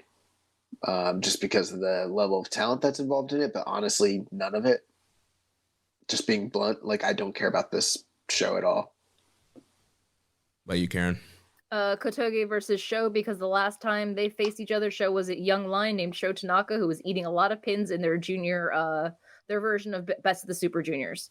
So I'm curious to see what kind of, if they're going to let Murder Machine Sho be there, but not without the shenanigans, as it were. Yeah, I'm also with Josh, LIJ versus Congo, just with the level of talent in that match. And we know how LIJ gets down in multi-mans. I think that could end up being a really great matchup. Next question here from Raising Falcons. Don't know anything about Noah, but looking at the card for the Noah versus New Japan show, I see New Japan has a couple of notorious pin eaters in their teams. Is it the same on the Noah side? Is this a huge tell on which matches each company will win?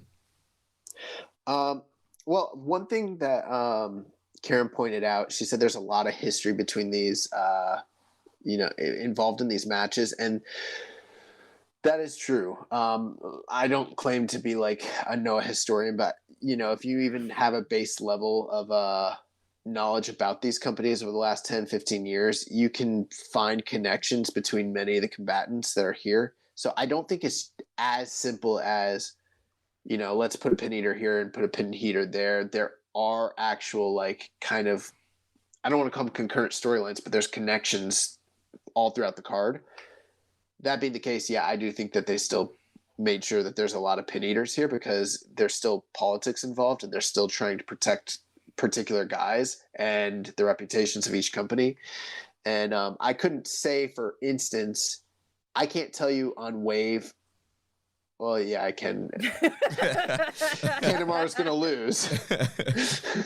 But in most cases, with the discerning eye, I couldn't just tell you automatically who's going to win and who's going to lose. And I don't know if that's the case for everyone else, but it seems to me that there's usually a pin eater on both sides. So there's still a question of who can win and lose in most matches. I'm not too focused on trying to figure out who the pin eater is. I just want to watch good wrestling. And maybe watch some bad wrestling. It's fine. It's gonna be. I'm just gonna make my pancakes and pour my coffee and just make a morning of it. Have brunch. There we go. Strong style brunch. Next question here from Rambo and Slam Pig says, show has the only announced singles match for the NJPW versus Noah show. What type of match can we expect? Are we likely to get the new House of Torture stuff or a more vintage show performance? I don't know what to expect, to be honest with you. I think it would be a shame if the House of Torture stuff is brought to light. I wonder if anything between Sho and Yo at Wrestle Kingdom is going to come into play as far as how Sho is wrestling and interacting on this show coming out of those 2 nights of Wrestle Kingdom. But yeah, I think it would be really shitty if if we get a bunch of house torture stuff on this cross-branded show. I have a feeling that however Sho comes out after his 2 matches with Yo in this particular series, I'm thinking he might drop the shtick and just go up for straight murder, which I would be fine with.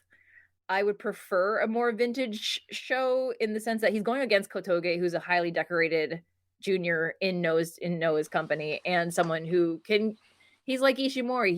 He can go with everyone, and it's very seldom that you see him have a bad match.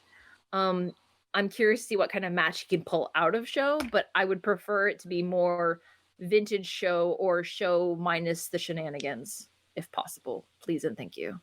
Yeah, how the tour stuff is so against like the house style of Noah. So hopefully we see a minimal shenanigans in their matches, and hopefully, like you mentioned, we do get a vintage Sho performance here.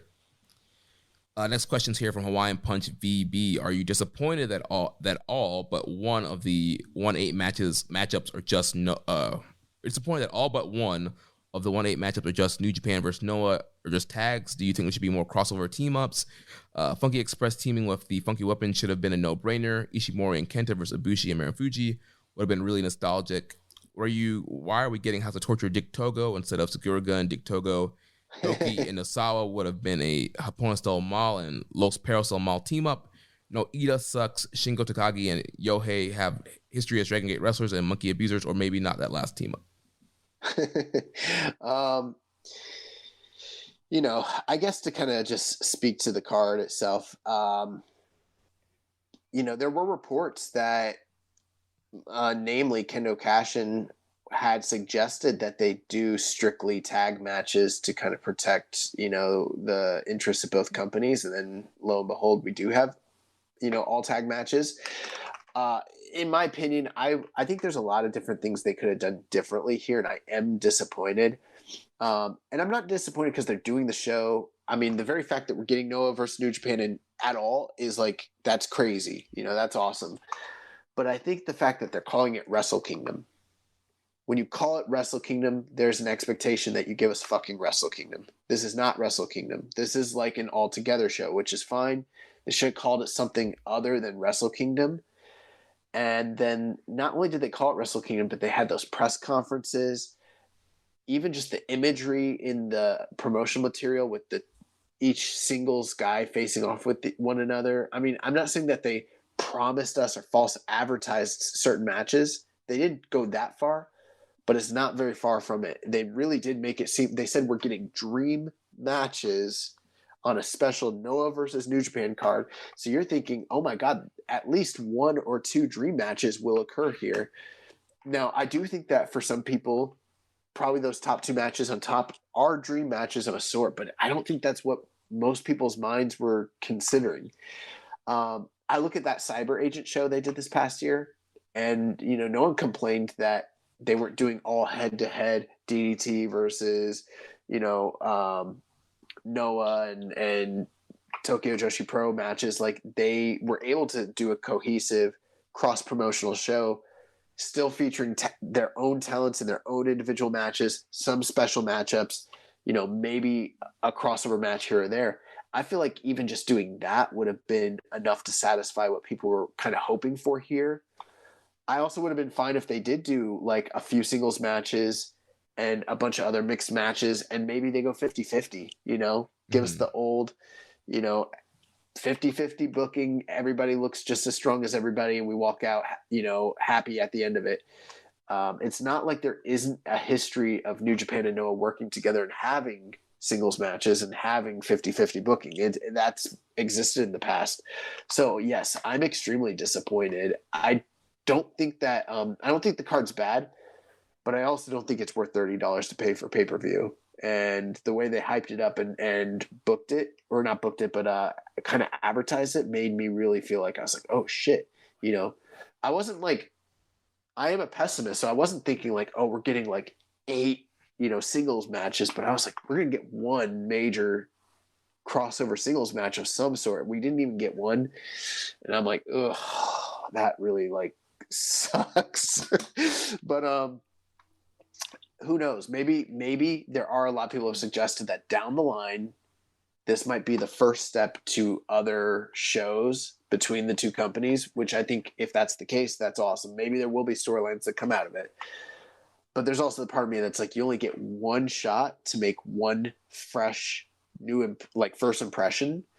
And this is not a good first impression for the majority of fans when, like Karen mentioned, there is a small subsect of cross-sectionality of some fans, but most fans are not like that. You got Noah fans, you got New Japan fans.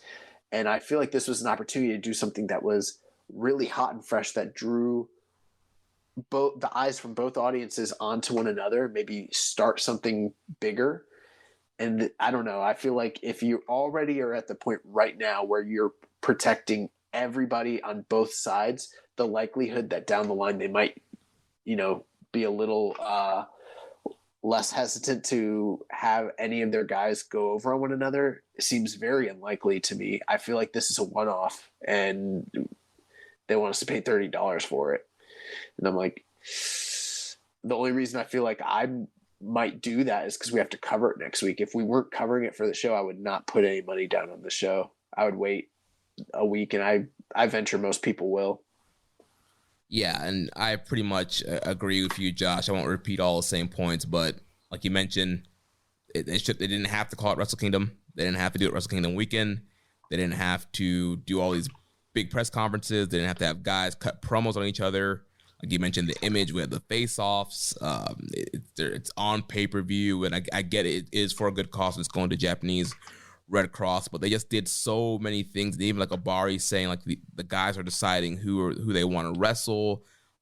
There's just so many elements that went into it to make us think that we were going to get some singles matches. And again, they didn't advertise it, but just the way it was hyped and built, it seemed like we're getting a little bit more than what we're getting.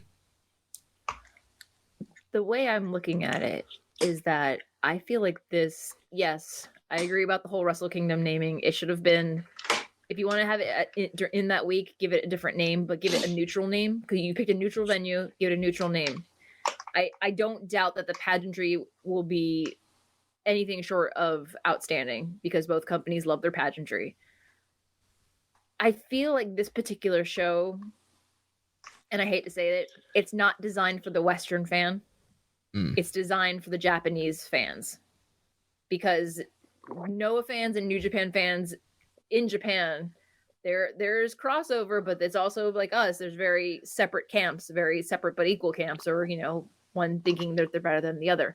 I feel like this particular show is designed to be a sampler platter of both shows to gain fans from the opposite sides. It's to draw in the casual fans that aren't in that bubble crossover. Yeah, I because they haven't even addressed if there's going to be English commentary on the show. I think no, there will be. Yeah, there will be. Yeah, is it going to be? Is it going to be Pickering and Fulton, or? They didn't say that it was going to be. Kevin's not scheduled to be there. I don't think. I don't think it's him. I think it's whoever covers Noah. All right, so those guys are really good. I think that's who's going to be doing it. Okay. So. Nice. But yeah, I feel like it's more it as much as we would love to hope that straight out of the gate it's going to be a super dream, fever dream buffet of all our dream matches. I feel like this is more of the sampler platter to get people in the door because there are so many people on it that it should, or it would, or I would hope that it would build to something more. I feel like, granted, Sugiura Dick Togo versus House of Torture Dick Togo. Dick Togo could surprise us. He could do some throwbacks, kind of like whenever Ishimori and Taguchi go at it, and Taguchi throws his Sendai Sailor Boys Pop Idol time in his face. I feel like there's going to be those fun, nostalgic throwbacks, if that makes any sense. Yeah, overall, I think it will end up being a good card, but yeah, definitely just expect a little bit different. But 2 last questions on this subject, and then we're gonna move on. Yeah, so it says, 9-3, are you excited for Kotoge versus Sho? Would you be more excited if it happened about 4 months ago before Sho turned heel? I would say yes. The one thing I'll say, the likelihood that Sho picks up the win is a lot higher right now than it probably would have been 4 months ago. That is true. Though I don't know what the match quality will look like. I can't speak to that because we don't know what Sho's going to show up. But he's higher up in the company than he was back then. Of all the juniors getting a singles match on this card, he's the only one. That's not a young lion. So yeah, that's very interesting. It could be a stride towards 2022 being his year. Whether it's going to be more babyface Sho versus whatever they're doing with him right now as heel Sho, it could be an evolution based on what happens at nights 1 and 2. We'll see. Then the last question here from Dom Hoey 101, with the NJPW versus Noah card being announced, do you guys think we'll see more of both companies working together, or is this just a one-off? My gut tells me this is a one-off. However, I feel like there could be an open door for interaction between the two companies. I don't know that they're going to do another full-blown card like they're doing here. That the logistics of it feel like maybe it's too difficult. But could there be angles that branch off of this that open up like maybe a light talent exchange or features, down the line? Possibly. I think it all depends on if they turn a profit on it. So If you want to see more of this in the future, you might want to consider buying the pay-per-view, because part of the donation goes to charity. And the other thing will be like, oh, this product is selling. Let's do more of it. If they don't see it selling, they're not going to do it again. But part of me feels like I don't want to pay for this because I'm telling them that I like what they're giving us, and I don't want them to think that this is good. Feel free to fill out a comment card on the New Japan and Noah website. Go ahead. Customer service will address your grievances. Go ahead and tweet Obari. Do not tweet at Obari or anybody else, please, and thank you. That's what I was going to do. I'm going to tweet Obari and be like, Obari, my boy, why are you fucking us like this? Like, I don't get it. What did we do? We were good this year. Oh, man. Yeah, I agree with Karen. I think it's going to be about business. If they see, like, if this draws well, pay-per-view buys are up, then I think they'll work out the logistics to do it one more time. But if Kiyomiya pins Okada, then we're definitely getting another show down the line. Let's go. All right. So we are running tight on time here. So I'm going to run through these Road to Tokyo Dome cards. So we had a card today, which is main evented by Shingo Hiromu versus Kazuchika Okada versus Robbie Eagles. We had Naito, Sonata, and Bushi versus Cobb, Okan, and Aaron Hanare. Tanahashi, Taguchi, and Master Wato against Gato, Taiji Ishimori, and El Phantasmo. Goto, Yoshihashi, and Tiger Mask versus Taichi, Saber, and Taka. Ishii, Yo, and Oiwa against Evil, Yujiro, and Sho. Yano, Fujita against Kanemaru and Doki. And then Nagata and Nakashima versus Bad Luck Fale and Chase. Then on Wednesday the 22nd, we have a main event of Tanahashi, Eagles, and Tiger Mask versus Kenta, Taiji, and ELP. Shingo and Hiromu versus Okada and Taguchi. Naito, Sonata, and Bushi versus Cobb, Okan, Hanare. Goto, Yoshihashi, Wato against Taichi, Saber, and Taka. Ishii, Makabe, Hanma, and Yo versus Evil, Yujiro, Dick Togo, and Sho. Yano, Tenzan, and Kojima versus Suzuki, Kanemaru, and Doki. And then Fale, Chase, and Jado versus Nakashima, Oiwa, and Vegeta. Then on Thursday, December 23rd, we have a main event of Hiromu and Bushi versus Despi and Doki. Shingo, Naito, and Sonata versus Cobb, Okan, and Hanare. Okada, Tanahashi, Hanma, and Eagles. And Tiger Mask versus Kenta, Fale, Chase, Taiji, and ELP. Ishii, Tenzan, Kojima, and Yo versus Evil, Yujiro, Dick, and Sho. Yano and Nagata versus Suzuki and Kanemaru. Goto, Yoshihashi, and Vegeta versus Taichi, ZSJ, and Taka. Taguchi and Master Wato against Oiwa and Nakashima. And then the last Road 2 show will be Friday, December 24th. Main event of Shingo and Bushi versus Okada and Eagles. Hiromu, Naito, Sonata versus Desperado and the Dangerous Tekkers. Ishii, Goto, and Yoshihashi and Yo versus House of Torture. We have the last KOPW 2021 match. It will be Toru Yano versus Yoshinobu Kanemaru. Twitter poll will determine which alcoholic beverages will be used in the year-end party KOPW 2021 match. happening at this Road to show. Yano will defend his title against Kanemaru at the show in the year-end party. The rules are explained as a normal match, but wrestlers will be forced to drink alcohol at 2-minute intervals. The referee will then administer a 20 count. Should either competitor not be able to respond to the 20 count, they will lose. But pinfall, submission, and disqualification rules still apply. I'm really glad we are getting this instead of ladder matches, cage matches, and that sort of thing. Iron Man matches. Remember when people thought that that's what we were getting? Yeah. And also we have Tanahashi, Makabe, and Honma versus Kenta, Bad Luck Fale, and Chase. Tenzan, Kojima, and Nagata versus Cobb, Okan, and Hanare. And then the opener of Taguchi versus ELP versus Tiger Mask. So a preview for the junior tag title match. Then this past Saturday, we had episode 71 of New Japan Strong. It was the final show from the Detonation Tour. We had Kevin Knight in the DKC defeating Brogan Finley and Jordan Clearwater at 8 minutes, 8 seconds.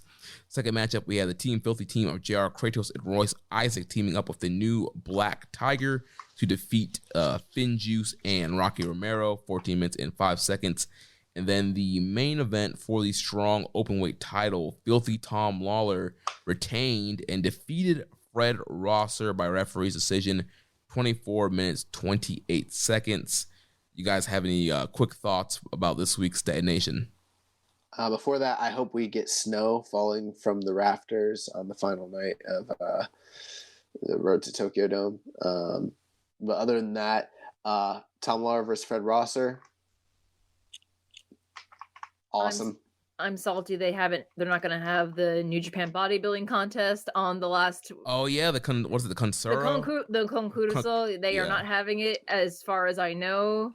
And I haven't watched Strong just yet because I was in my Noah hole finding all those facts. So, but Lawler Rosser has to be good. So I'm going to watch that.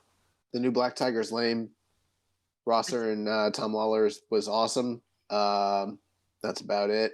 Yeah, big win for Kevin Knight and DKC. Young Lions getting a big win over there. So overall, solid episode. Then just quick couple news items here. So New Japan Strong, they are coming here to St. Pete, Tampa Bay area for Strong Style Evolved 2022, Sunday, March 20th. Tickets will go on sale Monday, January 3rd. Wrestlers currently announced for the show: Strong Openweight Champion Filthy Tom Lawler, Switchblade Jay White, the Flamboyant Juice Robinson, Mr. No Days Off Fred Rosser, Jonah, the Alpha Wolf Carl Frederick Still Wild, Rhino Clark Connors, the Young Gun Hikuleo, Rocky Asuka Romero, our good friend, and more names and match card to be announced.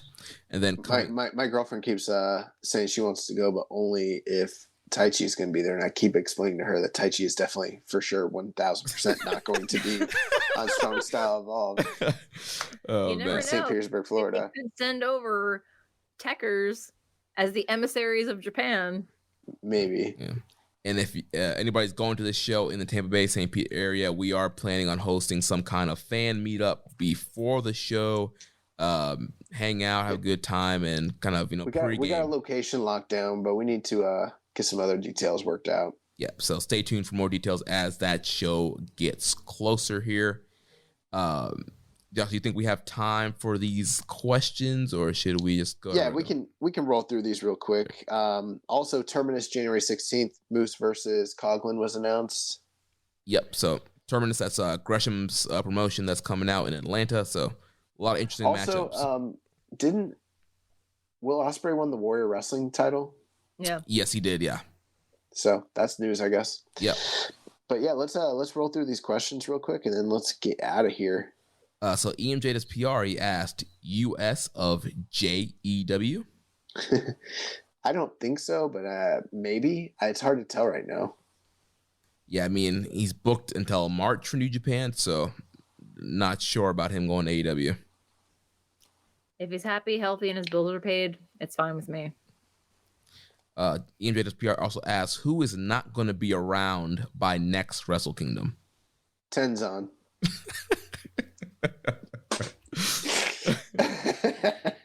Hanma, or Makabe, I don't know. Like, they mean like with the company, not as in like no longer on this plane of existence, right? Right, with the company, because we've seen a lot of people. Every year we always see people leaving and going. So I wonder if Finn Juice is on borrowed time. I wouldn't be surprised. I could see both those guys leaving as soon as their contracts are up. Next question here from Puro Poppy. With all the possible Puro companies for New Japan to do a crossover show with, what promotion would you want to see a crossover with New Japan the most? For me, it's Dragon Gate. I really enjoy the Lucha Rezu in-ring product of Dragon Gate, but I'm not a fan of the overall presentation. I think a DG times New Japan show would be the best of both worlds for in-ring and a sports presentation. What are your guys' thoughts on Dragon Gate? Well, I don't follow Dragon Gate nearly as closely as some of the other companies that are out there, but the reality is, from an in-ring perspective, they're probably one of the best companies that are out there. The problem with a Dragon Gate New Japan show is New Japan's sort of attitude when it comes to juniors, and Dragon Gate is a company full of juniors, and I just can't see Shun Skywalker standing toe-to-toe with Hiroshi Tanahashi or Kazuchika Okada. So that's what makes it difficult for me. Like, if it was like some of the best juniors of New Japan facing off with juniors from Dragon Gate, I could totally see that happening. But man, I have a hard time seeing them giving equal billing to a division or a company that's primarily made up of juniors. I mean, they didn't do that with Michinoku Pro back in the day, so. Yeah, but I'm all in for Dragon Gate guys being a part of Best Super Junior. I think that'd probably be the best bet. I agree. I think Dragon, if Super Juniors is moved to May, June next year, and provided the world doesn't change between now and then, if they have to rely upon talent that is in Japan proper, I would like to see them open up the gates to all the juniors. I want the Noah juniors there. I want the Dragon Gate guys there. I want, I don't know what the working relationship between New Japan and All Japan is, but try to build or repair that bridge as well. I feel like that kind of crossover might make some of these matches and tournaments feel much more fresh. Yeah. I think I'm going to skip through the boxing questions for this week and save them for next week. Why? I got short answers. I got them. Oh, you got them? Okay. Yeah. So Hawaiian Punch BB asked, did you see Tyron Woodley being sent to the Shadow Realm by Jake Paul? Yep, saw it. We're doing the FOH draft. If you guys haven't gotten it yet, go give us a donation and download the FOH draft. I talk about it live on the air. And, I thought Tyron Woodley was going to get knocked out because he took the fight on 2 weeks' notice and he's not a boxer, so. He also asked, Boston's unified light heavyweight champion, is that Arthur Beterbiev? Beterbiev successfully defended his title against Marcus Brown this past weekend. Hardcore boxing fans like myself want to see a dream matchup with Canelo before it's too late. In his past 2 fights, Beterbiev is starting to look a little bit slower and older. How do you think a fight between those two will go? Do you think Beterbiev's pressure and thudding power will crack Canelo's defense and chin? Yeah, Beterbiev is the toughest fighter out there for Canelo that's within range of his weight classes, and I think he would destroy Canelo. I don't think it's a close fight at all. I think it's a terrible, terrible fight for him to take. It's too much weight, too much power, too much range. I think it's a bad deal, and I think that's why he hasn't even talked. I think, well, he talks about fighting him, but I don't think he should. Dom Homie 101 says, with AEW announcing the Owen Hart Cup tournament, do you guys think we may see some NJPW involvement with the tournament since Owen's past history with the company? Possibly. I mean, I guess it depends on availability. It sounds like these might be round robin tournaments, and I don't know, how much time New Japan guys have to devote to being part of a round robin tournament. But it is possible that there could be a representative from the company. I wouldn't put that past them. Yeah, I know our good friend Rocky Romero is helping get Owen footage to be put, part of the tribute for this Owen Cup tournament. So, should be fun. Thoughts on Ric Flair's comments on Bryan Danielson being a good but not great worker? I don't know. I think that's a bizarre statement. I didn't hear him say that, but I mean, in my estimation, this is just my opinion. Since the time of Ric Flair, the next best North American worker in the history of pro wrestling is Bryan Danielson. So I don't know. I mean, the only thing I could think of is maybe he's talking about the art of working not just necessarily wrestling, mechanics, but like actually what goes into like making people believe and the facials and the selling and everything like that. But I don't know. Rick likes flashy guys. Bryan Danielson's not a flashy guy. He's not a big guy. He's not a muscular guy. He's not super charismatic the way that traditionally Ric Flair seems to be drawn to, like a Dusty or a Hogan or whatever. So I don't know. Yeah, kind of interesting comments there, but I don't know. Brian's awesome. What are some of your favorite wrestling gifts that you got for Christmas or the holidays? Also, Merry Christmas and Happy Holidays to all. Wrestling buddies when I was a kid? I don't know. What about you, Karen? My plane ticket to Wrestle Kingdom a couple years ago was kind of nice. Wouldn't say no to that again. Or show tickets. I do love tickets, very much like Cameron Diaz and Charlie's Angels. I love tickets. Nice. For me, I definitely as a kid always got a bunch of action figures and ring play sets, Jack Specifics. Those were always great to get as a kid. This last question: is it me or am I the only one that's not impressed with this whole Jake Paul, aka Fake Paul, as a boxer? Yeah, he's not a good fighter. That's it. That's all you gotta say. Like he'd get destroyed by any actual trained amateur level boxer in his same weight class. So I mean, that's pretty much it. It's freak show fights. Nice. Well, last thing here, recommended match of the week. So last week I recommended the GHC heavyweight title match between Segura and Goto from Wrestle Kingdom. Josh, what do you think about this one? Their first match from Wrestle Kingdom. Yeah. Specifically. This was from Wrestle Kingdom 4, right? Yes. Okay. Yeah.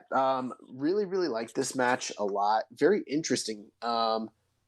Segura and Goto kind of gave off an air like they were kind of uncooperative with one another. Like they were finding it difficult to get on the same page, which in a certain sense was kind of cool because the Noah New Japan rivalry was very like hot at the time.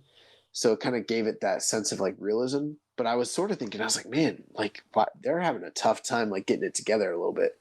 Maybe they're unfamiliar. And then I went and looked and they'd already wrestled like 4 or 5 times up to this point, and they were very familiar. They should have been very familiar with one another. But, kind of putting that part of the match aside, this is probably the match of the night for that year's Wrestle Kingdom. If not, maybe Tanahashi, Goshi, Ozaki was. It's hard to say. They're both very, very good matches. But this was extremely hard-hitting, as you'd expect from Segura and Goto. One thing, though, Segura didn't sell much for Goto. He kind of just was eating Goto alive. Like, Goto would try to give him offense, and Segura would kind of, like, juggernaut through it. Yeah. Which was interesting. There was a turning point towards the tail end of the match where Goto gave him a hangman's neck breaker off of the turnbuckle onto the apron, which was kind of nasty looking. But, Goto hit Segura with his finisher at the time. I forget what it's called. That Shouting Kai. Yeah, the Shouting Kai. Hit him with that the Shouting Kai and got a big near fall. Segura kept getting the ankle lock on him over and over and over again. Goto kicked out of a angle slam, which was a big moment. And he got out of the ankle lock twice, but towards the tail end of the match, he locked up a third ankle lock, and it was too much. Back then with Goto, they always did this thing where Goto would eat a lot of punishment, and then keep kicking out. And then right when you think he's going to go away, he takes one big finisher, one big move that he shouldn't kick out of, and he does kick out, and you're like, oh, he's going to come back. And then he eats another finisher and then loses. And they did this on the big shows with him all the time, especially like when he's facing foreigners or outside guys like Muto or Segura or whoever. And it was like, oh, here we go again. Like, Goto's going to lose again, and he did. But very, very good match. I'd go 4 stars on it. If you like hoss battles, hard-hitting action, this is it's like 18 minutes, so it doesn't overstay its welcome at all. But very, very good match. I liked it a lot. Nice. So I have gone ahead and selected a recommended match of the week. We are going to do a Noah versus New Japan battle. We're going to go back to the Tokyo Dome. We're going to the year 2002. This is from May 2nd. It is available on New Japan World. The show is NJPW Tokon Memorial Day 30th Anniversary. And it is from the semi-main event of the show where the IWGP Heavyweight Champion Yuji Nagata defended his title against a debuting for Noah, Yoshihiro Takayama. And Dave Meltzer gave this match 4 1/4. It's got 8.0 flat on Cage Match, and it's fucking awesome. Nice. Looking forward to checking that one out. Karen, thanks so much for joining us again. Tell our listeners where they can find you online and plug anything you want to plug. All right. Well, thanks for having me again. I always love our 4-hour conversations. You can find me on Twitch, Instagram, Twitter, and YouTube at Hey Karen Sensei. I'm also doing Stardom coverage for Post Wrestling. So if you head over to Post Wrestling and you just type in my name, Karen Peterson, very easy to spell, very easy to find. And I'm on there. And last week I guested on not a wrestling podcast for them, but their MCU Later Marvel podcast talking about Hawkeye episode 5, Ronin. Please go listen. Nice. We just got a tweet. Me every time Super J Cast is mentioned on Reddit at Chaos Strong Style. Oh, I misread this. I thought they were saying me every time that Super J Cast is mentioned on Keepin It Strong Style, and I was like, why? We always put them over. I don't understand. Oh yeah, they got buried on Reddit this week. Again? Oh no. No, just that one time. Oh man. Well, that's going to wrap things up. Next week, we'll be back to preview Wrestle Kingdom 16 with our good pal Chris Samsa. We're going to do our official preview and predictions for Wrestle Kingdom 16. If you enjoyed today's show, please consider making a donation by visiting socialsuplex.com/donate and clicking the donate button under the Keeping It Strong Style logo. Make sure you connect with us on social media. On Twitter, the show is at KI Strong Style. The network is at Social Suplex. You can follow me at Jeremy L. Donovan. On Facebook, we're facebook.com/Social Suplex. Also in the Wrestling Squared Circle Facebook group, facebook.com/group/Wrestling Squared Circle. On Instagram, we're at Social Suplex. On Reddit, I'm the Pro Black Guy, just Keeping It Strong Style. You can email me, jeremy@socialsuplex.com. Check out all the other shows that we have here on the Social Suplex Podcast Network. One Nation Radio, hosted by Rich Latta and James Boyd. The Grave Consequences Podcast with Caleb and Maserati. All Things Elite with Floyd and Austin. And the AEW Match Guide Podcast, hosted by Sir Sam. Also, don't forget to check out the FOH Draft, now available to download on socialsuplex.com. Don't forget to subscribe and leave a rating and review, and we will catch you next week on Keeping It Strong Style, the ace of podcasts. Ichiban. Thank you for listening to Keepin' It Strong Style. We'll see you next time.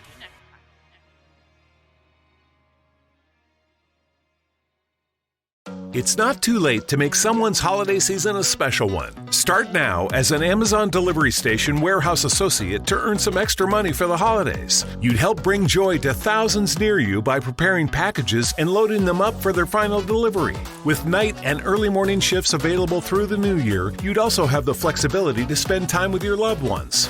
To start as a delivery station associate, go to amazon.com/holidaywork. Amazon is a proud equal opportunity employer. Hear that? Is that America cheering or a sausage patty sizzling to perfection? It's time to cheer for Egg McMuffin and fresh cracked eggs at McDonald's. It's time to wake up to the aroma of freshly baked biscuits and treat yourself to a real honest-to-goodness morning meal. Breakfast, it's on at McDonald's. Now get any breakfast sandwich for just $2. Available only through the app. Mobile order and pay available at participating McDonald's. McD app download and registration required.